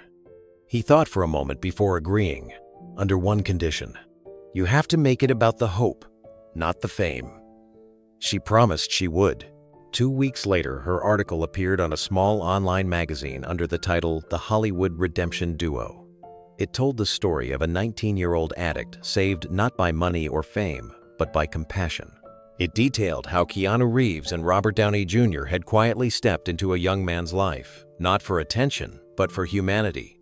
Marissa didn't expect it to spread, but it did. Within 24 hours, the story had been shared thousands of times. Within a week, it went viral. Major outlets picked it up. Headlines appeared everywhere. Keanu and Robert's secret mission of mercy. How two Hollywood legends helped a boy find his way home. The Redemption Duo. Real heroes behind the scenes. Ethan's phone began buzzing nonstop, filled with messages from people who saw themselves in his struggle. Some were recovering addicts. Others were parents, siblings, or friends of those still fighting. They all said the same thing. "Thank you for telling this story." At first, Ethan felt overwhelmed. Cameras showed up outside the community center. Offers for interviews poured in. But when reporters asked to speak with Keanu or Robert, both declined. They didn't do this for publicity, Ethan told them. They did it because they believed I could be better. That's all there is to it. Still, the story refused to fade. It had struck a chord deeper than celebrity. It spoke to the part of people that longed for goodness, for proof that quiet kindness still existed. When the news reached Keanu, he was on set filming a small independent project in Northern California. During a break, one of the crew members approached him with a tablet in hand. "You've seen this, right?" the man asked. Keanu wiped his hands on a towel and glanced at the screen. There it was, the headline, The Hollywood Redemption Duo. A photo of him and Robert from years earlier sat beside a picture of Ethan, smiling and holding his graduation diploma. The article was filled with details about the recovery, the mentorship, and Ethan's speech at the youth center. Keanu read in silence. When he reached the end, he smiled faintly, his eyes misting. He handed the tablet back to the crew member and said, "It's a good story, but it's his story, not mine." That evening, his publicist called. "You're all over the news. They want a statement. Everyone does."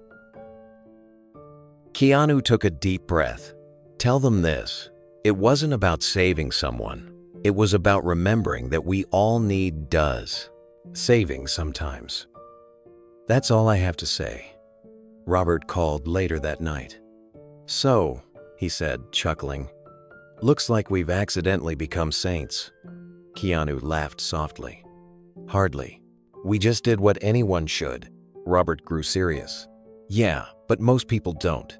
You know how rare it is to see kindness without strings attached? That's why it's spreading." A few days later, Robert released his own short statement through his assistant. "The real hero is Ethan," it read. "He's the one who did the work, faced the fear, and built his own redemption. We just reminded him where the road was." The quote went viral. News anchors repeated it on morning shows, and social media filled with tributes. Photos of Ethan mentoring teens at the community center were shared thousands of times with hashtags like #RedemptionDuo and #BeLikeKeanu. But the heart of the story wasn't the fame. It was the ripple effect. Letters began arriving at the center from people all over the country. A single mother in Ohio wrote, "My son is in rehab right now. Hearing about Ethan gave me hope." A veteran in Texas said, "I thought my mistakes defined me until I read your story." Ethan read every letter, often late at night, sitting in the quiet hallways after everyone had gone home. Each word reminded him that his pain had found purpose. Lisa Monroe visited one afternoon, holding a newspaper. "You know," she said with a smile, "when you walked through my door that first day, I never imagined this." Ethan grinned. "Neither did I." "Do you regret that the world knows now?" she asked. He thought for a moment. "No," he said finally, "because if one person sees this and decides to keep fighting, then it's worth it."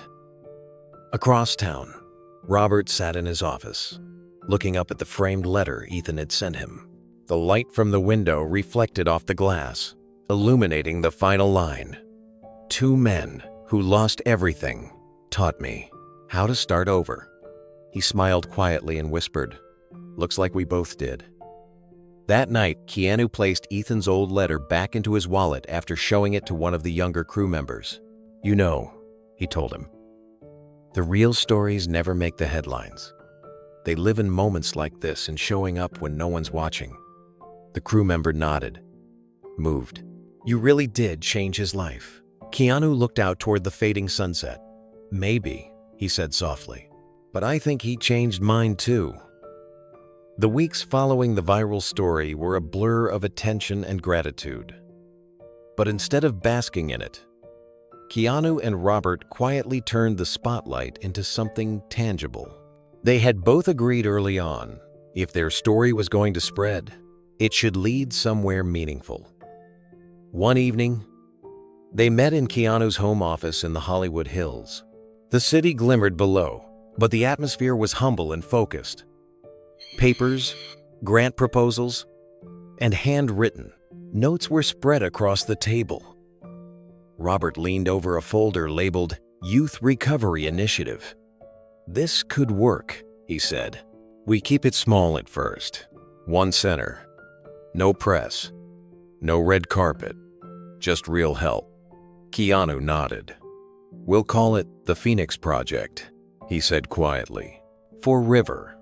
He would have wanted this." Robert looked at him for a long moment and then nodded. "Perfect." They agreed that the project would focus on helping young people battling addiction through mentorship and creative therapy. Not just detox and discipline, but art, film, music tools that reached where words couldn't. They wanted to rebuild spirits, not just habits. Keanu offered to fund the first location, a modest facility near Santa Monica. Robert volunteered to handle outreach, calling on trusted friends in the industry who believed in second chances. Within months, the Phoenix Project began to take shape. When Ethan heard about it, he was speechless. "You're really doing this?" he asked Keanu over the phone. "We are," Keanu said, "and we'd like you to be part of it." Ethan froze. "Me? Who better?" Robert's voice chimed in from the speaker. "You're proof it works. You've walked the road. Now you can light it for others." Ethan didn't answer right away. The thought of standing in front of kids who were still lost felt terrifying, but also right. "If you think I can help," he said finally, "then I'll do it." Months later, on a warm spring afternoon, the doors of the Phoenix Project officially opened. There were no reporters, no photographers, just a small gathering of staff, volunteers, and a few young people starting their own recovery journeys. Ethan stood beside the entrance, wearing a simple gray shirt and the bracelet Keanu had given him. As the first group of teenagers filed in, nervous and unsure, he saw himself in every one of their faces. When it came time to speak, he took a deep breath and said, "I'm not here to lecture you. I'm here because I know what it's like to want to stop and not know how. I know what it feels like to think you're too far gone, but I promise you're not." The room was silent, except for the sound of a few quiet sniffles. He looked at the young faces watching him and continued, "Two men never gave up on me. Now it's my turn not to give up on you." The weeks that followed were filled with transformation, the kind that didn't make headlines but changed lives. Ethan arrived early every morning, long before the first session began. He helped set up chairs, prepared coffee, and greeted the teens as they walked through the doors. Some came angry, others broken, some too scared to look him in the eye. But he remembered that feeling, the mix of fear and shame, and met each one with the same quiet patience Keanu had once shown him. In the afternoons, he led small group sessions. They didn't follow a script. Sometimes they talked about addiction, sometimes about family, sometimes about what it meant to start over when you'd burned every bridge behind you. He let them lead, asking gentle questions and listening without judgment. Slowly, the walls began to come down. One afternoon, a 16-year-old named Marco stayed behind after class. He had been quiet since day one, keeping his hoodie up and his eyes fixed on the floor. That day, he finally spoke. "You really think people like us can change?" he asked softly. Ethan smiled. "I don't just think it. I've seen it." Marco frowned. "Yeah, but you had help. Guys like me don't get that kind of luck." Ethan leaned forward. "I didn't get lucky, Marco. I got found. There's a difference. And you just got found too. You're here. That's the first step." The boy didn't answer, but his shoulders relaxed a little. When he left, Ethan felt something stir inside him, a quiet recognition that this, right here, was what his life had become about. That night, Keanu stopped by the center after closing. The two men sat in the small common room, lights dimmed, papers scattered across the table. "You're doing good work here," Keanu said, glancing at the notes Ethan had written for his next group. Ethan smiled. "You know what's crazy? I used to wake up every day wishing I could forget my past. Now I wake up grateful I remember it. It's what helps me help them." Keanu nodded slowly. That's what River wanted to do, to turn his pain into something that could heal others. He just didn't get the chance. Ethan looked up. Then maybe this is his chance, through all of us. Robert joined them a few minutes later, holding 3 paper cups of coffee. "You two look like philosophers at a diner," he joked, sitting down. Then, more seriously, he said, "You know what I love about this place? It's not about celebrity or success. It's about people remembering they're not broken beyond repair." Keanu raised his cup. To that, they clinked their cups together. The Phoenix Project soon began drawing attention not from the media, but from communities hungry for something real. Other centers reached out to replicate the model. Donations came in quietly from people who believed in its mission. Still, Keanu and Robert kept their names out of the spotlight.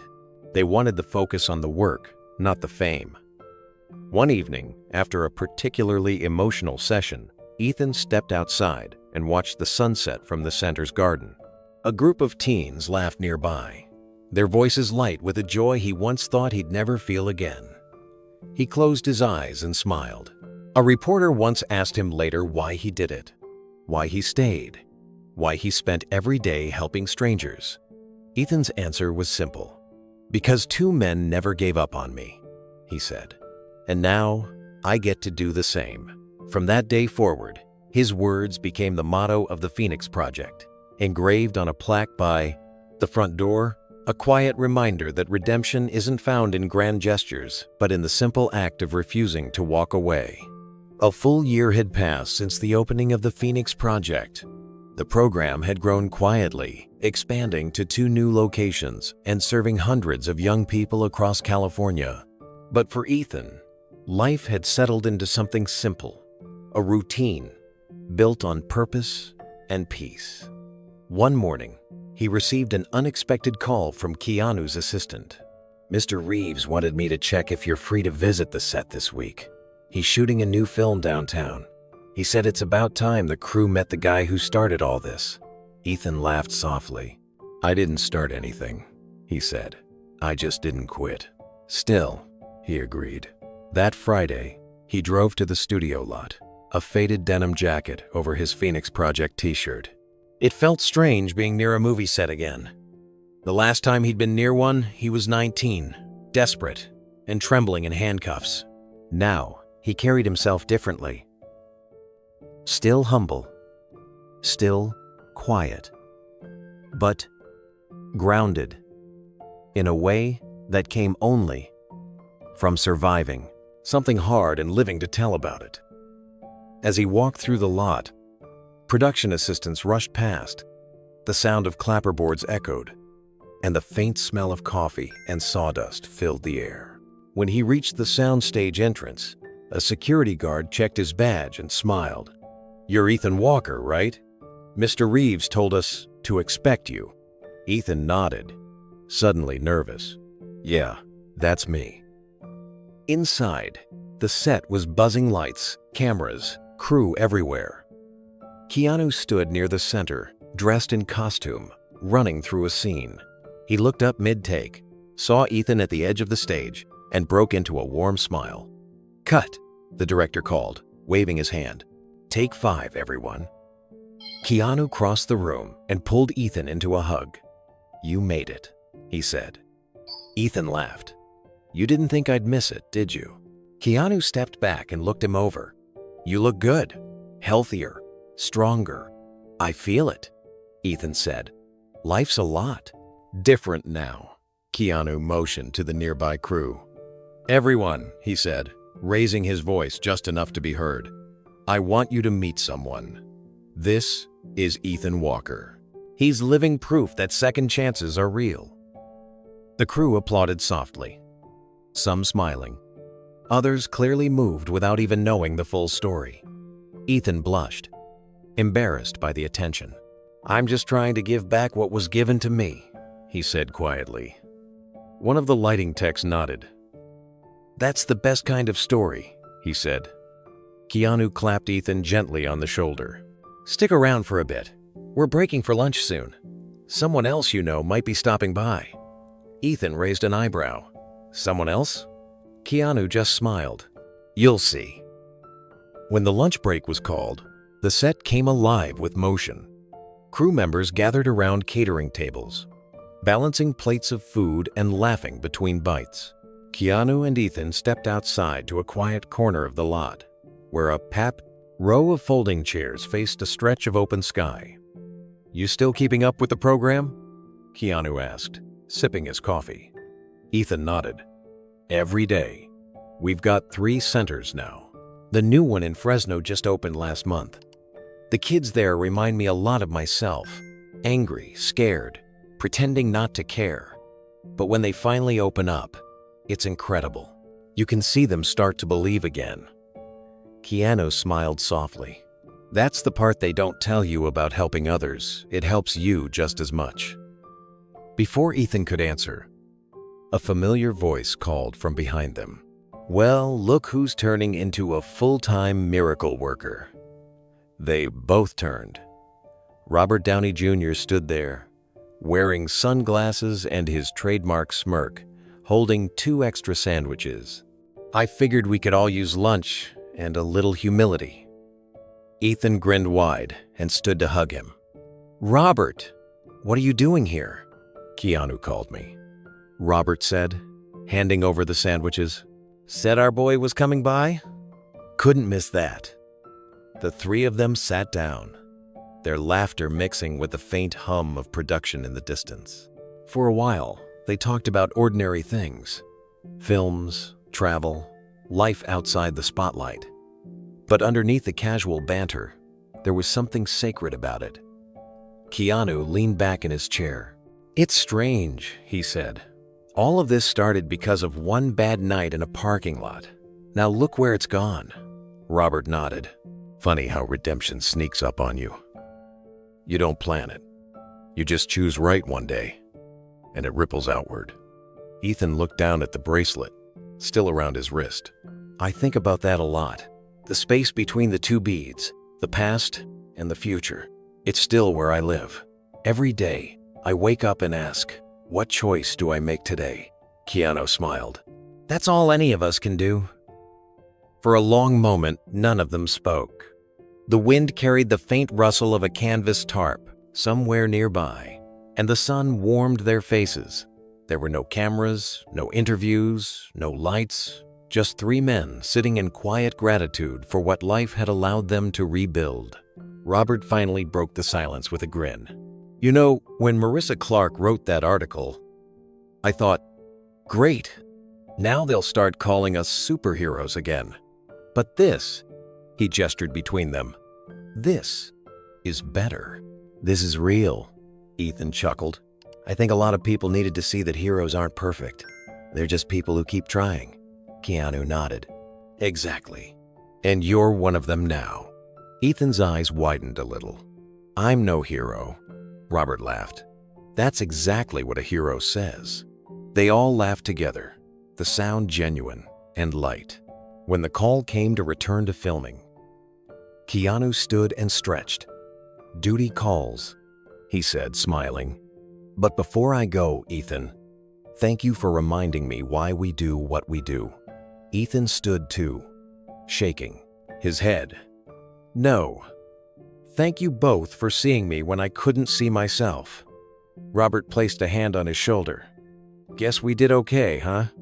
Keanu smiled. We did more than okay. As they walked back toward the set, the cameras flickered to life again. But for Keanu, Robert, and Ethan, the real story wasn't being filmed. It was the quiet understanding that sometimes the most powerful scenes happen when no one's watching. That night, after filming wrapped, Keanu returned home to the quiet of his house above the Los Angeles hills. The city stretched below him, glittering with light, a reflection of dreams both real and broken. He changed into a plain shirt, made a cup of tea, and stepped out onto the balcony. The night air was cool, carrying the faint hum of traffic from far below. He stood there in silence for a long time, the steam from his cup curling into the sky.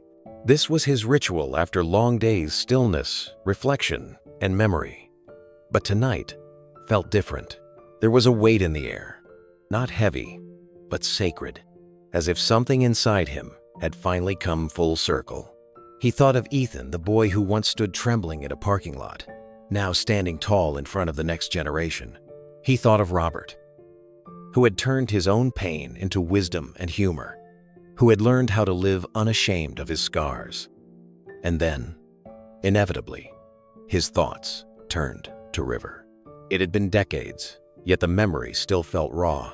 He remembered that night outside the Viper Room, the chaos, the flashing lights, the disbelief that someone so alive could be gone so fast. For years, Keanu carried the guilt quietly, the what-ifs, the could-haves, the should-haves. He had never said it out loud, not even to Robert. But tonight, watching the city that had given him both success and sorrow, he finally found the words. He whispered into the darkness, I did it, brother. I helped someone make it out. The words hung in the air, carried away by the wind. He closed his eyes and let the emotion rise. The grief, the gratitude, the quiet acceptance that some things could never be undone, only redeemed in different forms. He looked at the sky and smiled faintly. You were right, River, he murmured. The pain never leaves, but if you carry it right, it can light the way for someone else. He sat down in the wooden chair by the railing, letting the city's glow wash over him.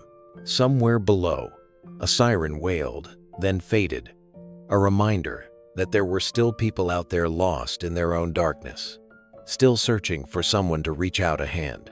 He thought of the Phoenix Project, of the teens finding hope in each other, of Ethan standing there as living proof that compassion still had power. And for the first time in years, Keanu felt something that had long been absent: peace.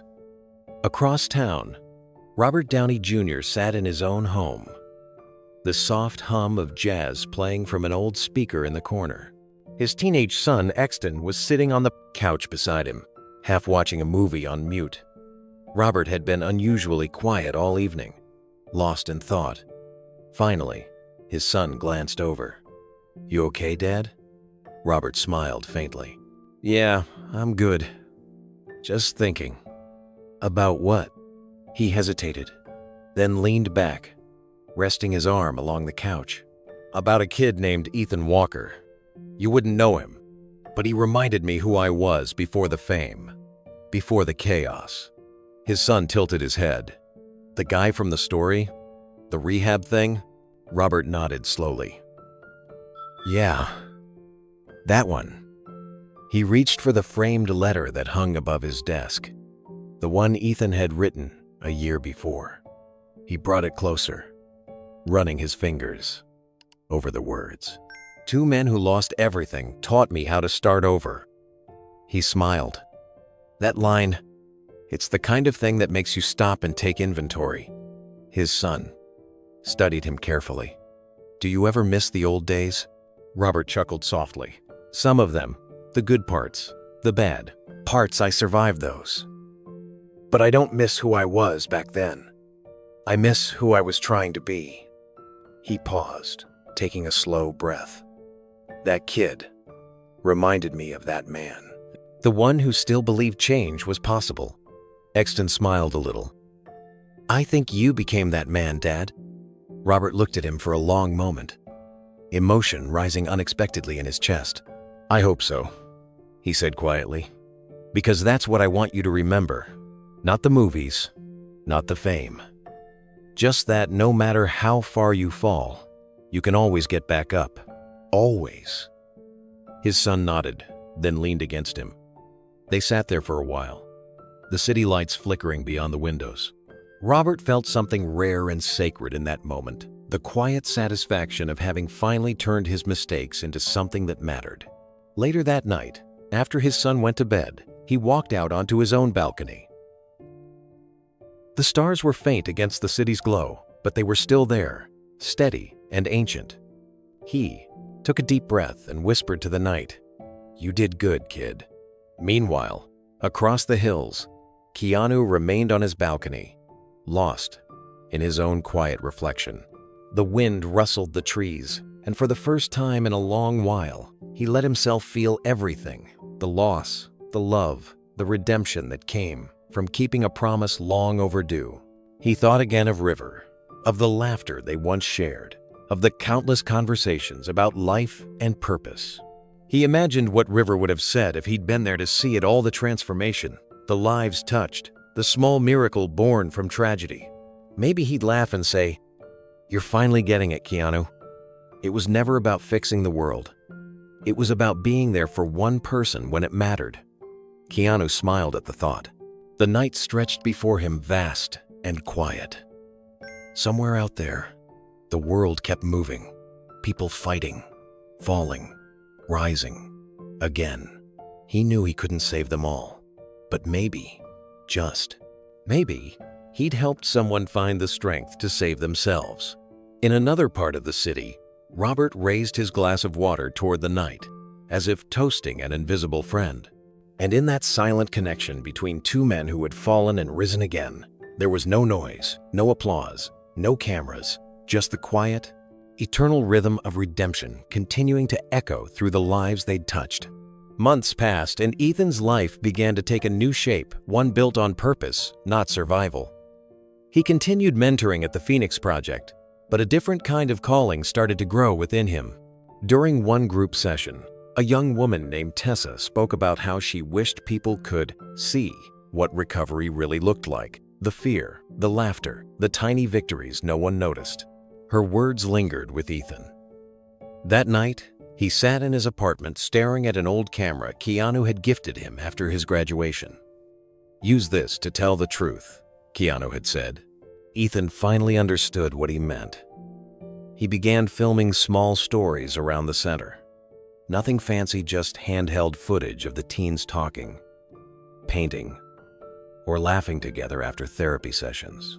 He didn't use scripts or rehearsed lines. He wanted the raw honesty that had saved him to shine through their faces. He called the project Hope scene. Every evening after filming, he edited quietly, possessed his desk, piecing together fragments of struggle and light. In one clip, Marco, the quiet boy who once doubted change, talked about how he hadn't used in 6 months. "I still get scared," he admitted. "But I guess courage isn't about not being scared. It's about showing up anyway." When Ethan watched the final cut, he cried not because it was perfect, but because it was real. The film captured everything he believed in. Pain turned into purpose. Brokenness reshaped into beauty. He submitted it to a small youth documentary festival under the Phoenix Project's name. He didn't expect anything to come of it. But 2 months later, an email arrived. "Congratulations! Your film has been selected as a finalist." The news spread quickly through the center. Lisa hugged him in the hallway. Robert sent a text with 3 words, "Told you so." Keanu simply wrote, "Proud of you, brother." On the night of the screening, Ethan wore the same bracelet he'd kept since, rehab. It reminded him that the space between past and future still guided every choice he made.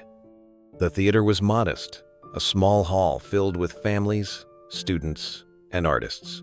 The audience chatted softly as the lights dimmed. When Hope's scene began to play, the room fell silent. The screen filled with faces, some weary, some smiling, all real. A girl's trembling voice said, "I thought I was too broken to matter." Then another clip showed her painting a mural with the words, "Still here." By the end, there wasn't a dry eye in the theater. The applause came like thunder, not for the production value, but for the truth it carried. As Ethan stood on stage to accept the award, the host handed him the microphone. He looked out at the crowd, overwhelmed. "I never thought I'd stand anywhere like this again," he said softly. "This film isn't about me. It's about the people who taught me that love isn't what you say, it's what you do when nobody's watching." The audience rose to their feet, clapping, until Ethan had to look down just to steady himself. For a moment, he could hardly breathe.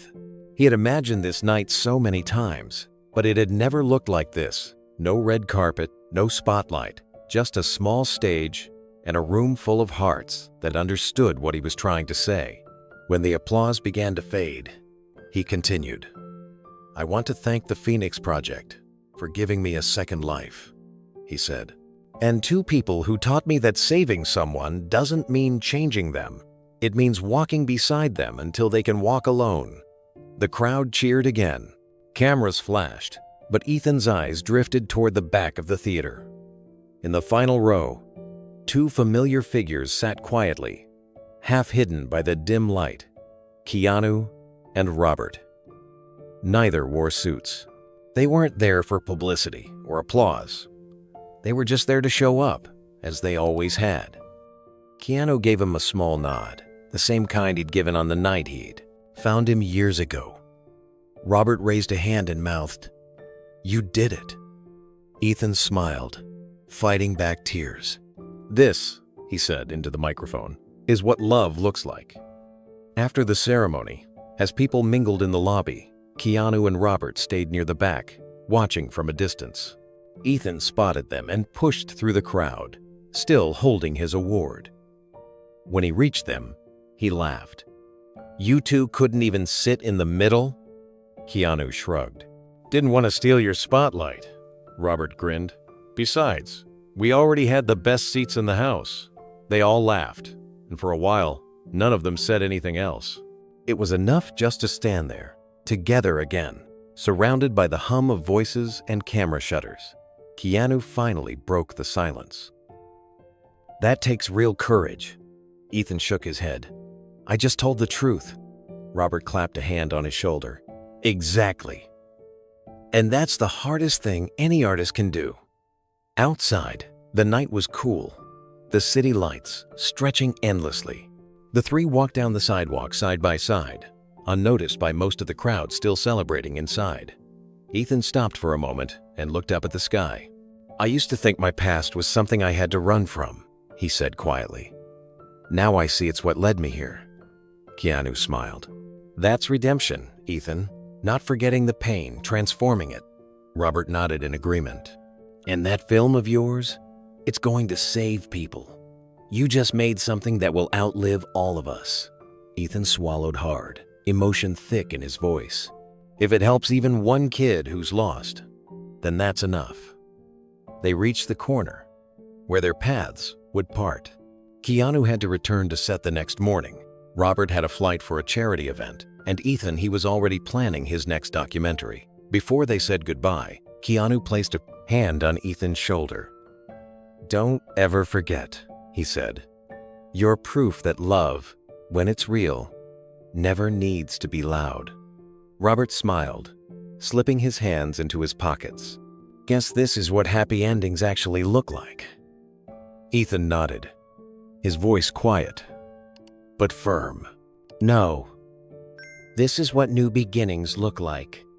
As they parted ways, the streetlights shimmered above them like distant stars.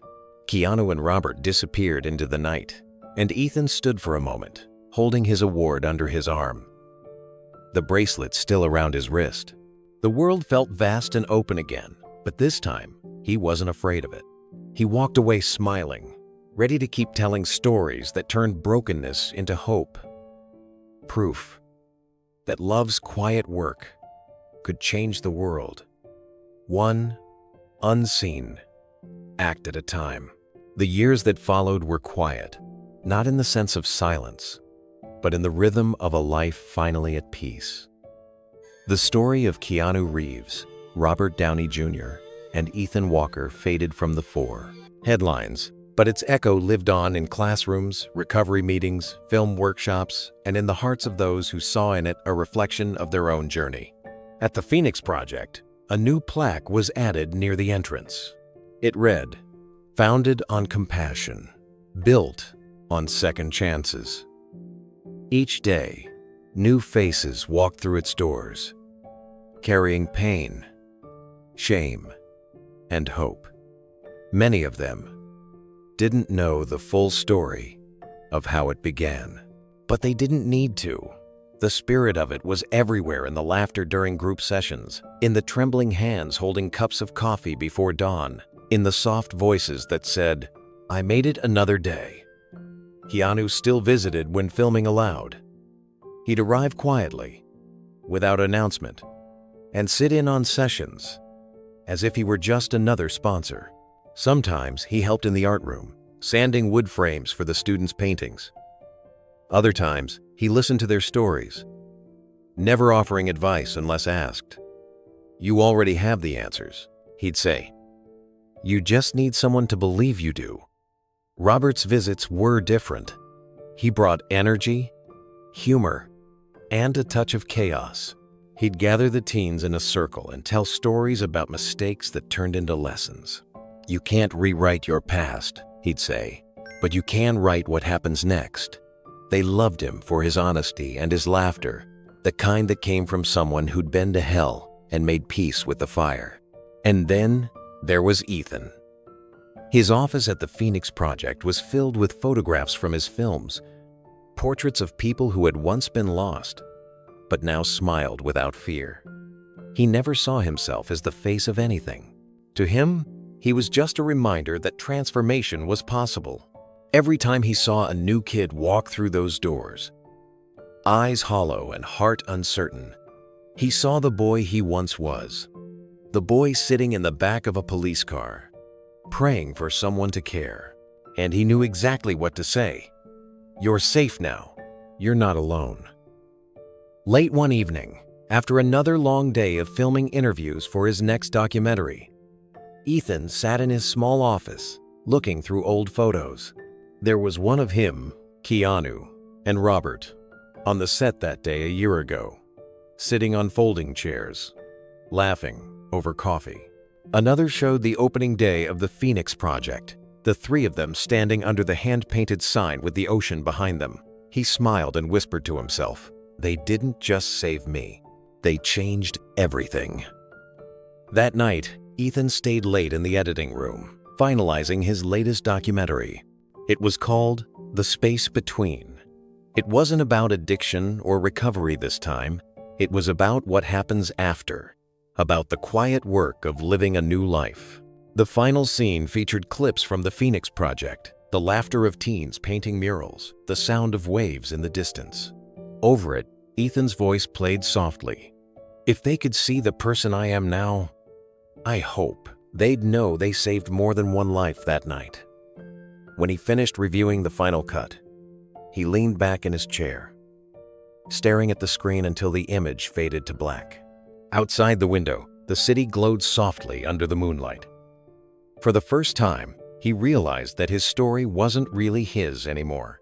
It belonged to everyone who had ever been saved by kindness they didn't expect. Across the city, Keanu sat on his porch with a cup of tea, watching the lights shimmer in the distance. He thought of Ethan often not out of pride, but out of gratitude. In saving that young man, he had finally found peace for a wound he'd carried since losing River. He had once whispered to the night, "I helped someone make it out." Now he understood that healing never ends. It passes from one soul to another. In another part of Los Angeles, Robert was at home, watching Ethan's film on a small projector in his living room. His son sat beside him again, now older, quieter, thoughtful. When the credits rolled, Robert didn't speak right away. He just nodded slowly, smiling to himself. "He found his voice," he said. His son turned to him. "So did you." Robert chuckled softly. "Maybe we all did." The next morning, the Phoenix Project received dozens of new letters and emails from people around the country who had seen Ethan's new film online. Parents wrote about children they were trying to reach. Teachers wrote about students who reminded them of Ethan. And recovering addicts wrote about finally believing in the possibility of starting again. Lisa Monroe called Ethan to tell him the news. "You've started another ripple," she said proudly. Ethan smiled. "Then we'll just keep letting them spread." A few days later, he met Keanu and Robert at the beach near Malibu, the same cliffs where his story had once nearly ended. They walked along the shore as the wind whipped around them. "It's strange," Ethan said. "I used to come here when I wanted to disappear. Now it feels like the place where everything began." Keanu looked at the horizon. "Because it was. The moment you decided to stay, everything changed." Robert kicked at the sand lightly. "You turned pain into purpose, kid. That's the hardest magic there is." Ethan laughed. "I had good teachers. They stood there for a long time. The ocean rolling beneath a crimson sky. No cameras, no scripts. Just three men who had each fought their own demons, and one not with noise, but with grace." As the waves crashed and the sun began to set, Keanu spoke quietly. "You know what I've learned after all this?" Ethan and Robert turned to him. "That love isn't something you talk about," he said. "It's something you do when nobody's watching." Robert smiled. "Then I guess we've done our part." Ethan looked at them both, his voice steady. "No," he said softly. "You started something that's never going to end." The camera fades on the three of them standing against the glowing horizon. The sound of waves carrying Ethan's final words once more.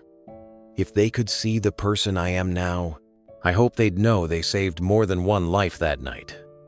And for the viewers watching at home, the screen fills with a single message. Have you ever helped someone when they least expected it? Tell us your story in the comments. And if you believe in second chances, share this incredible story.